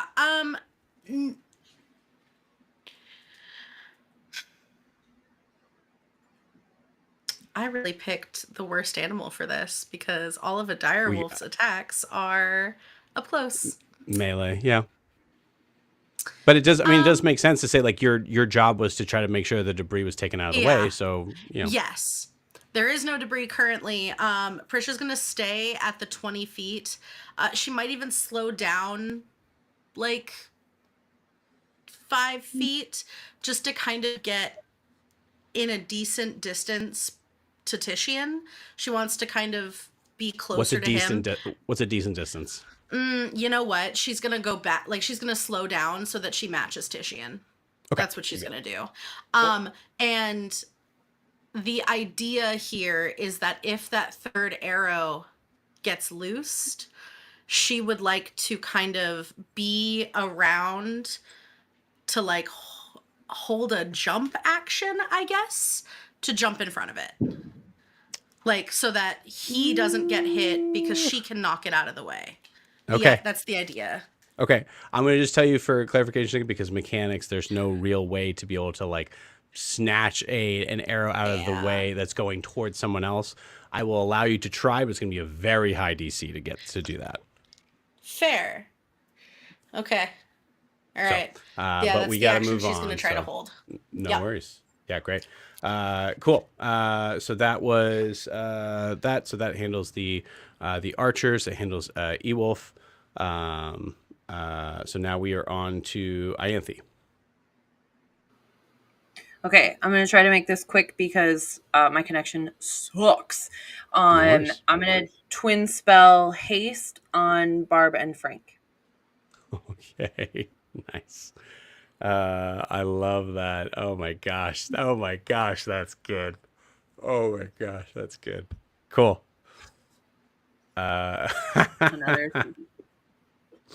Nice. Yeah, they're definitely not resisting. They don't know what's what.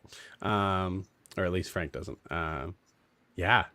So that happens. You push yourself out of the cart just enough to be able to like put your hands out to both Barb and Frank. Mm-hmm. Cool. Anything else on Ianthe's turn? And then while I'm out, I'm just gonna try to say to Prisha, "You are majestic and terrifying. Go get him!" And I'll inspire Prisha. Nice. I love it. Cool. Is that a D4 or a D6? I believe it's a 6. Let me check. Yeah, I think it's just a D6, I believe. Thank you. Car says it's a D6. Thank you, Cara. Thank you. Cool. Is that Ianthe's turn? That is it. Sweet. So thinking about the like logistics of this cart, being able to have the like truly double the horsepower to be able to move this cart faster does not necessarily mean that cart is safer in that speed. So it is allowing. So what I'm going to say is. Yeah. So I'm going to say it's not going to be the same as if you were dashing, because I think dashing is exerting effort that you are not able to use in keeping the cart safe. But it will be kind of like an in-between sort of point of whether or not the cart's able to kind of make it. At the end of the round is going to be the cart's turn. Green, I'm going to allow that to kind of go to you. You are driving the cart. Yeah, fuck. Okay. What roll am I making? Sorry. It depends on what you want to do. So the cart's movement speed typically is 30. Now it's a normal speed of 60. And you could use the cart to dash. If you do so, the mechanics of that is going to be harder in like making sure the cart doesn't topple over. I think the cart's going to take its full 60. Cool. And the dash action would get it further. Dash action would get it into the forest. Into the forest. But that could fuck up the mechanics of the cart. Okay. Easily. Also, the 60 will be a roll as well, but it'll be a much lower roll. Let's do the 60 first, see how comfortable I get, and then see if I get too cocky. Okay. I like it. Cool. Awesome. I will. So the only weird thing is like just to let you know, I just want to make sure I'm explaining everything to you here. Weirdly, it is less lucky to, or like it is, you have a better chance on doing what you want to do now as opposed to rolling twice, because the DC will be the same if you dash, whether you are going to dash after the fact or before the fact, but you are still going to have to roll. Does that make sense? That's a lot of words. So I still have to roll twice, or I only have to roll once? If you are rolling, if you're doing the 60, you're going to roll once, but then if you decide, no, I'm going to dash instead, you're going to roll again, as opposed to having to make that roll now. Okay. Then let's roll the... Let's just dash it. Let's go. Let's do Okay, it. cool. I'll tell you, actually, before you make the final decision, I will tell you the mechanics of that. It is a 50-50 chance on whether or not you crash the cart.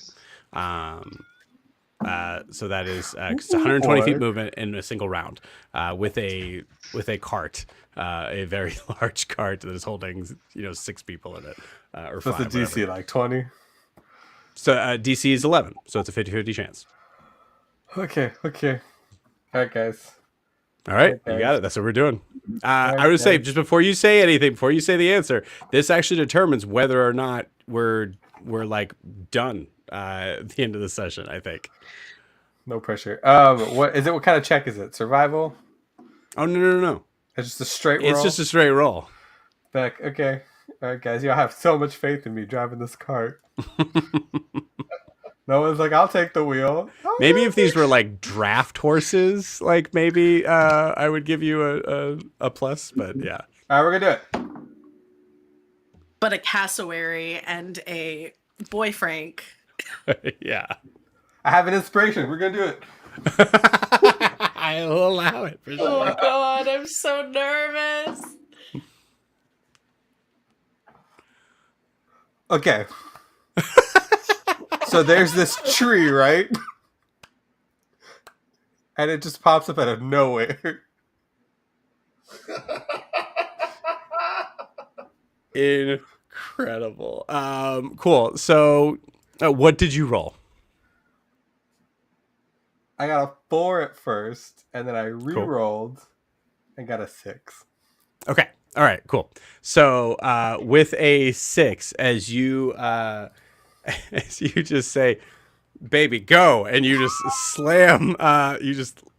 slam these stirrups down. I think Barb knows to just charge. I think there's a moment where Frank just like rears up. He wasn't aware we were doing that. Kiki asked, does the bubble help? Does the bubble help to weigh the cart down? Because it can't take the damage, right? If I Technically, nothing can go inside of the bubble, and the bubble doesn't move from where I put it. So the people inside, maybe. Let me ask you this. Are so for like protection for the people inside, yes, it's actually super useful. But the cart is rolling on wheels. It is not dragging on the ground. So therefore, there are wheels that are outside of the bubble. So what happens is, but that's useful information. I love that. Thank you, Kiki. So as but those damn trees just come out of nowhere. Just come out of nowhere. Man, just hit the curb. Full Florida driver, as you slam the stirrups down, Frank rears back. Barb shoots forward. So there's a weird sort of turn and a skid. There's a spot where you're able to kind of like catch on the rock and like steady yourself enough to be able to go the full 60 feet in. But as you do so, there is a moment where the cart is not able to, is having trouble righting itself. It's going back and forth. All they know now is to move forward and just hope for the best. So another 30 feet in, the cart is still rolling back and forth, now worse, toppling from either side, just riding on one wheel for about a good maybe 20 feet, or 2 wheels for a good 20 feet. And as the moment goes where it makes its final sort of descent down, you're able to make it to the 120 feet before slamming headlong into a tree trunk that Prisha was not able to get to move out of the way. The entire cart goes flips upside down. I need a dex save for Frank and Barb and Titian. And me. Does Adeem need one too, since he's on the back of it, or? Yeah, you're technically outside the bubble, so yeah, I think so. Yeah. Okay. Here's a question for you, Joe. Sure. Would Barb definitely? I would say is, but I would argue Frank is a ally. So would they get the +4 to dex saves from the paladin? Yes, absolutely. Yes, I love that. Oh, does that mean I get that too? Great. Yeah, agree. We get that too. Which side of the castle, or which side of the cart is the castle on?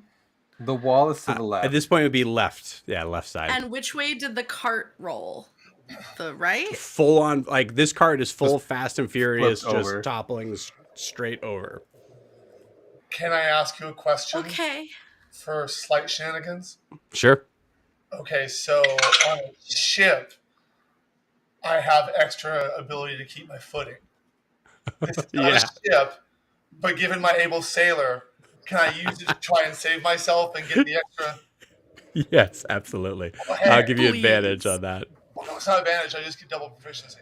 Okay, sweet. I like that. Okay. So I go 4 to this. It's a 15. So am I rolling dex save or am I rolling acrobatics? It's a dexterity saving throw. Okay. So add 3 to 15 for Grian? Yeah. Cool. Grian, you just save as you just launch yourself off the cart. I think Grian kind of just like rolls and tucks wings and just kind of. I rolled a 2, so no. Even with my Great. double proficiency. Yeah. Well, I mean 5, but I rolled a 2. Adeem goes flying out into just you don't even see where he goes. He's straight on just slingshots over the top. Yes. Does everybody in the cart go like like in Spaceballs when they go mega fast and everybody goes, yeah, does the inertia do we go flying forward and hit the bubble? You don't like take damage from it, but yes, it is a shenanigansy sort of like moment in the bubble for sure. It's like one of those little push things that kids have with the little push lawnmower with all the stuff inside of it. That's the pop. Yeah. That's us in the bubble. Yep, exactly. Cool. So let's make sure we find out who's taking damage here. So Prisha, you're also having to make that dex save. Okay, cool. I'll give you advantage because you said that you were on the left side of Titian. Yeah, I was on the side of the like, castle or the wall. Right. Okay. But the cart itself, the cart is going to split open. So there's debris and things. Yes.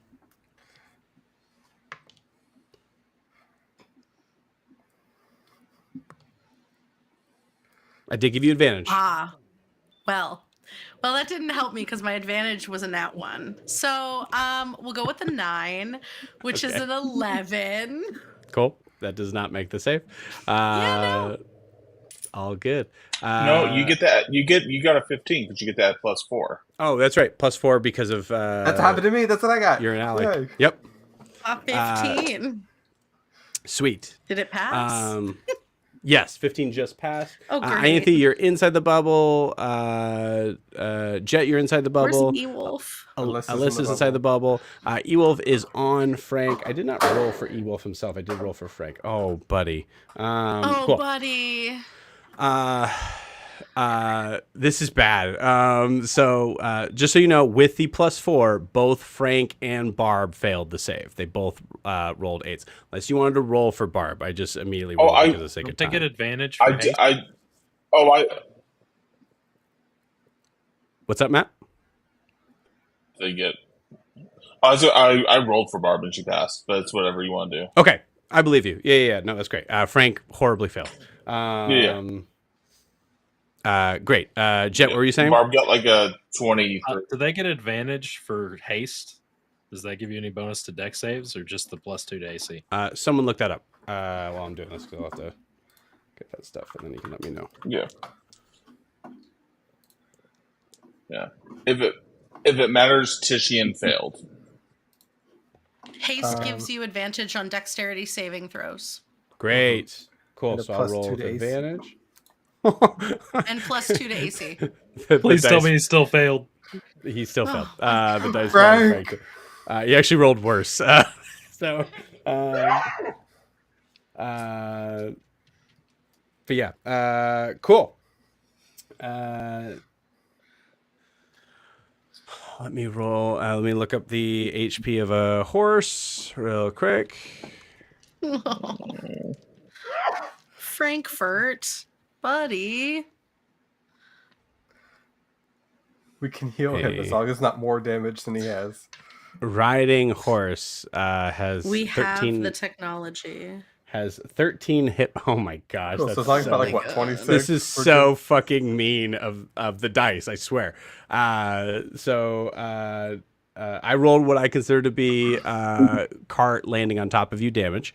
And it was exactly 14, which is one more hit point than Frank has. Frank does not make it. Everyone who is flung, who failed their dex save, is DC 15, is taking 14 points of damage. Those that saved is taking half. Those that are inside the bubble, I'm going to say are completely safe. I think that works for that.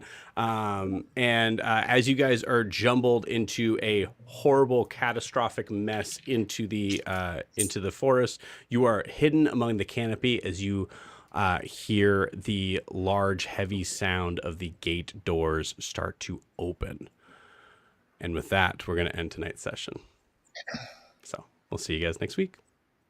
Bye-bye.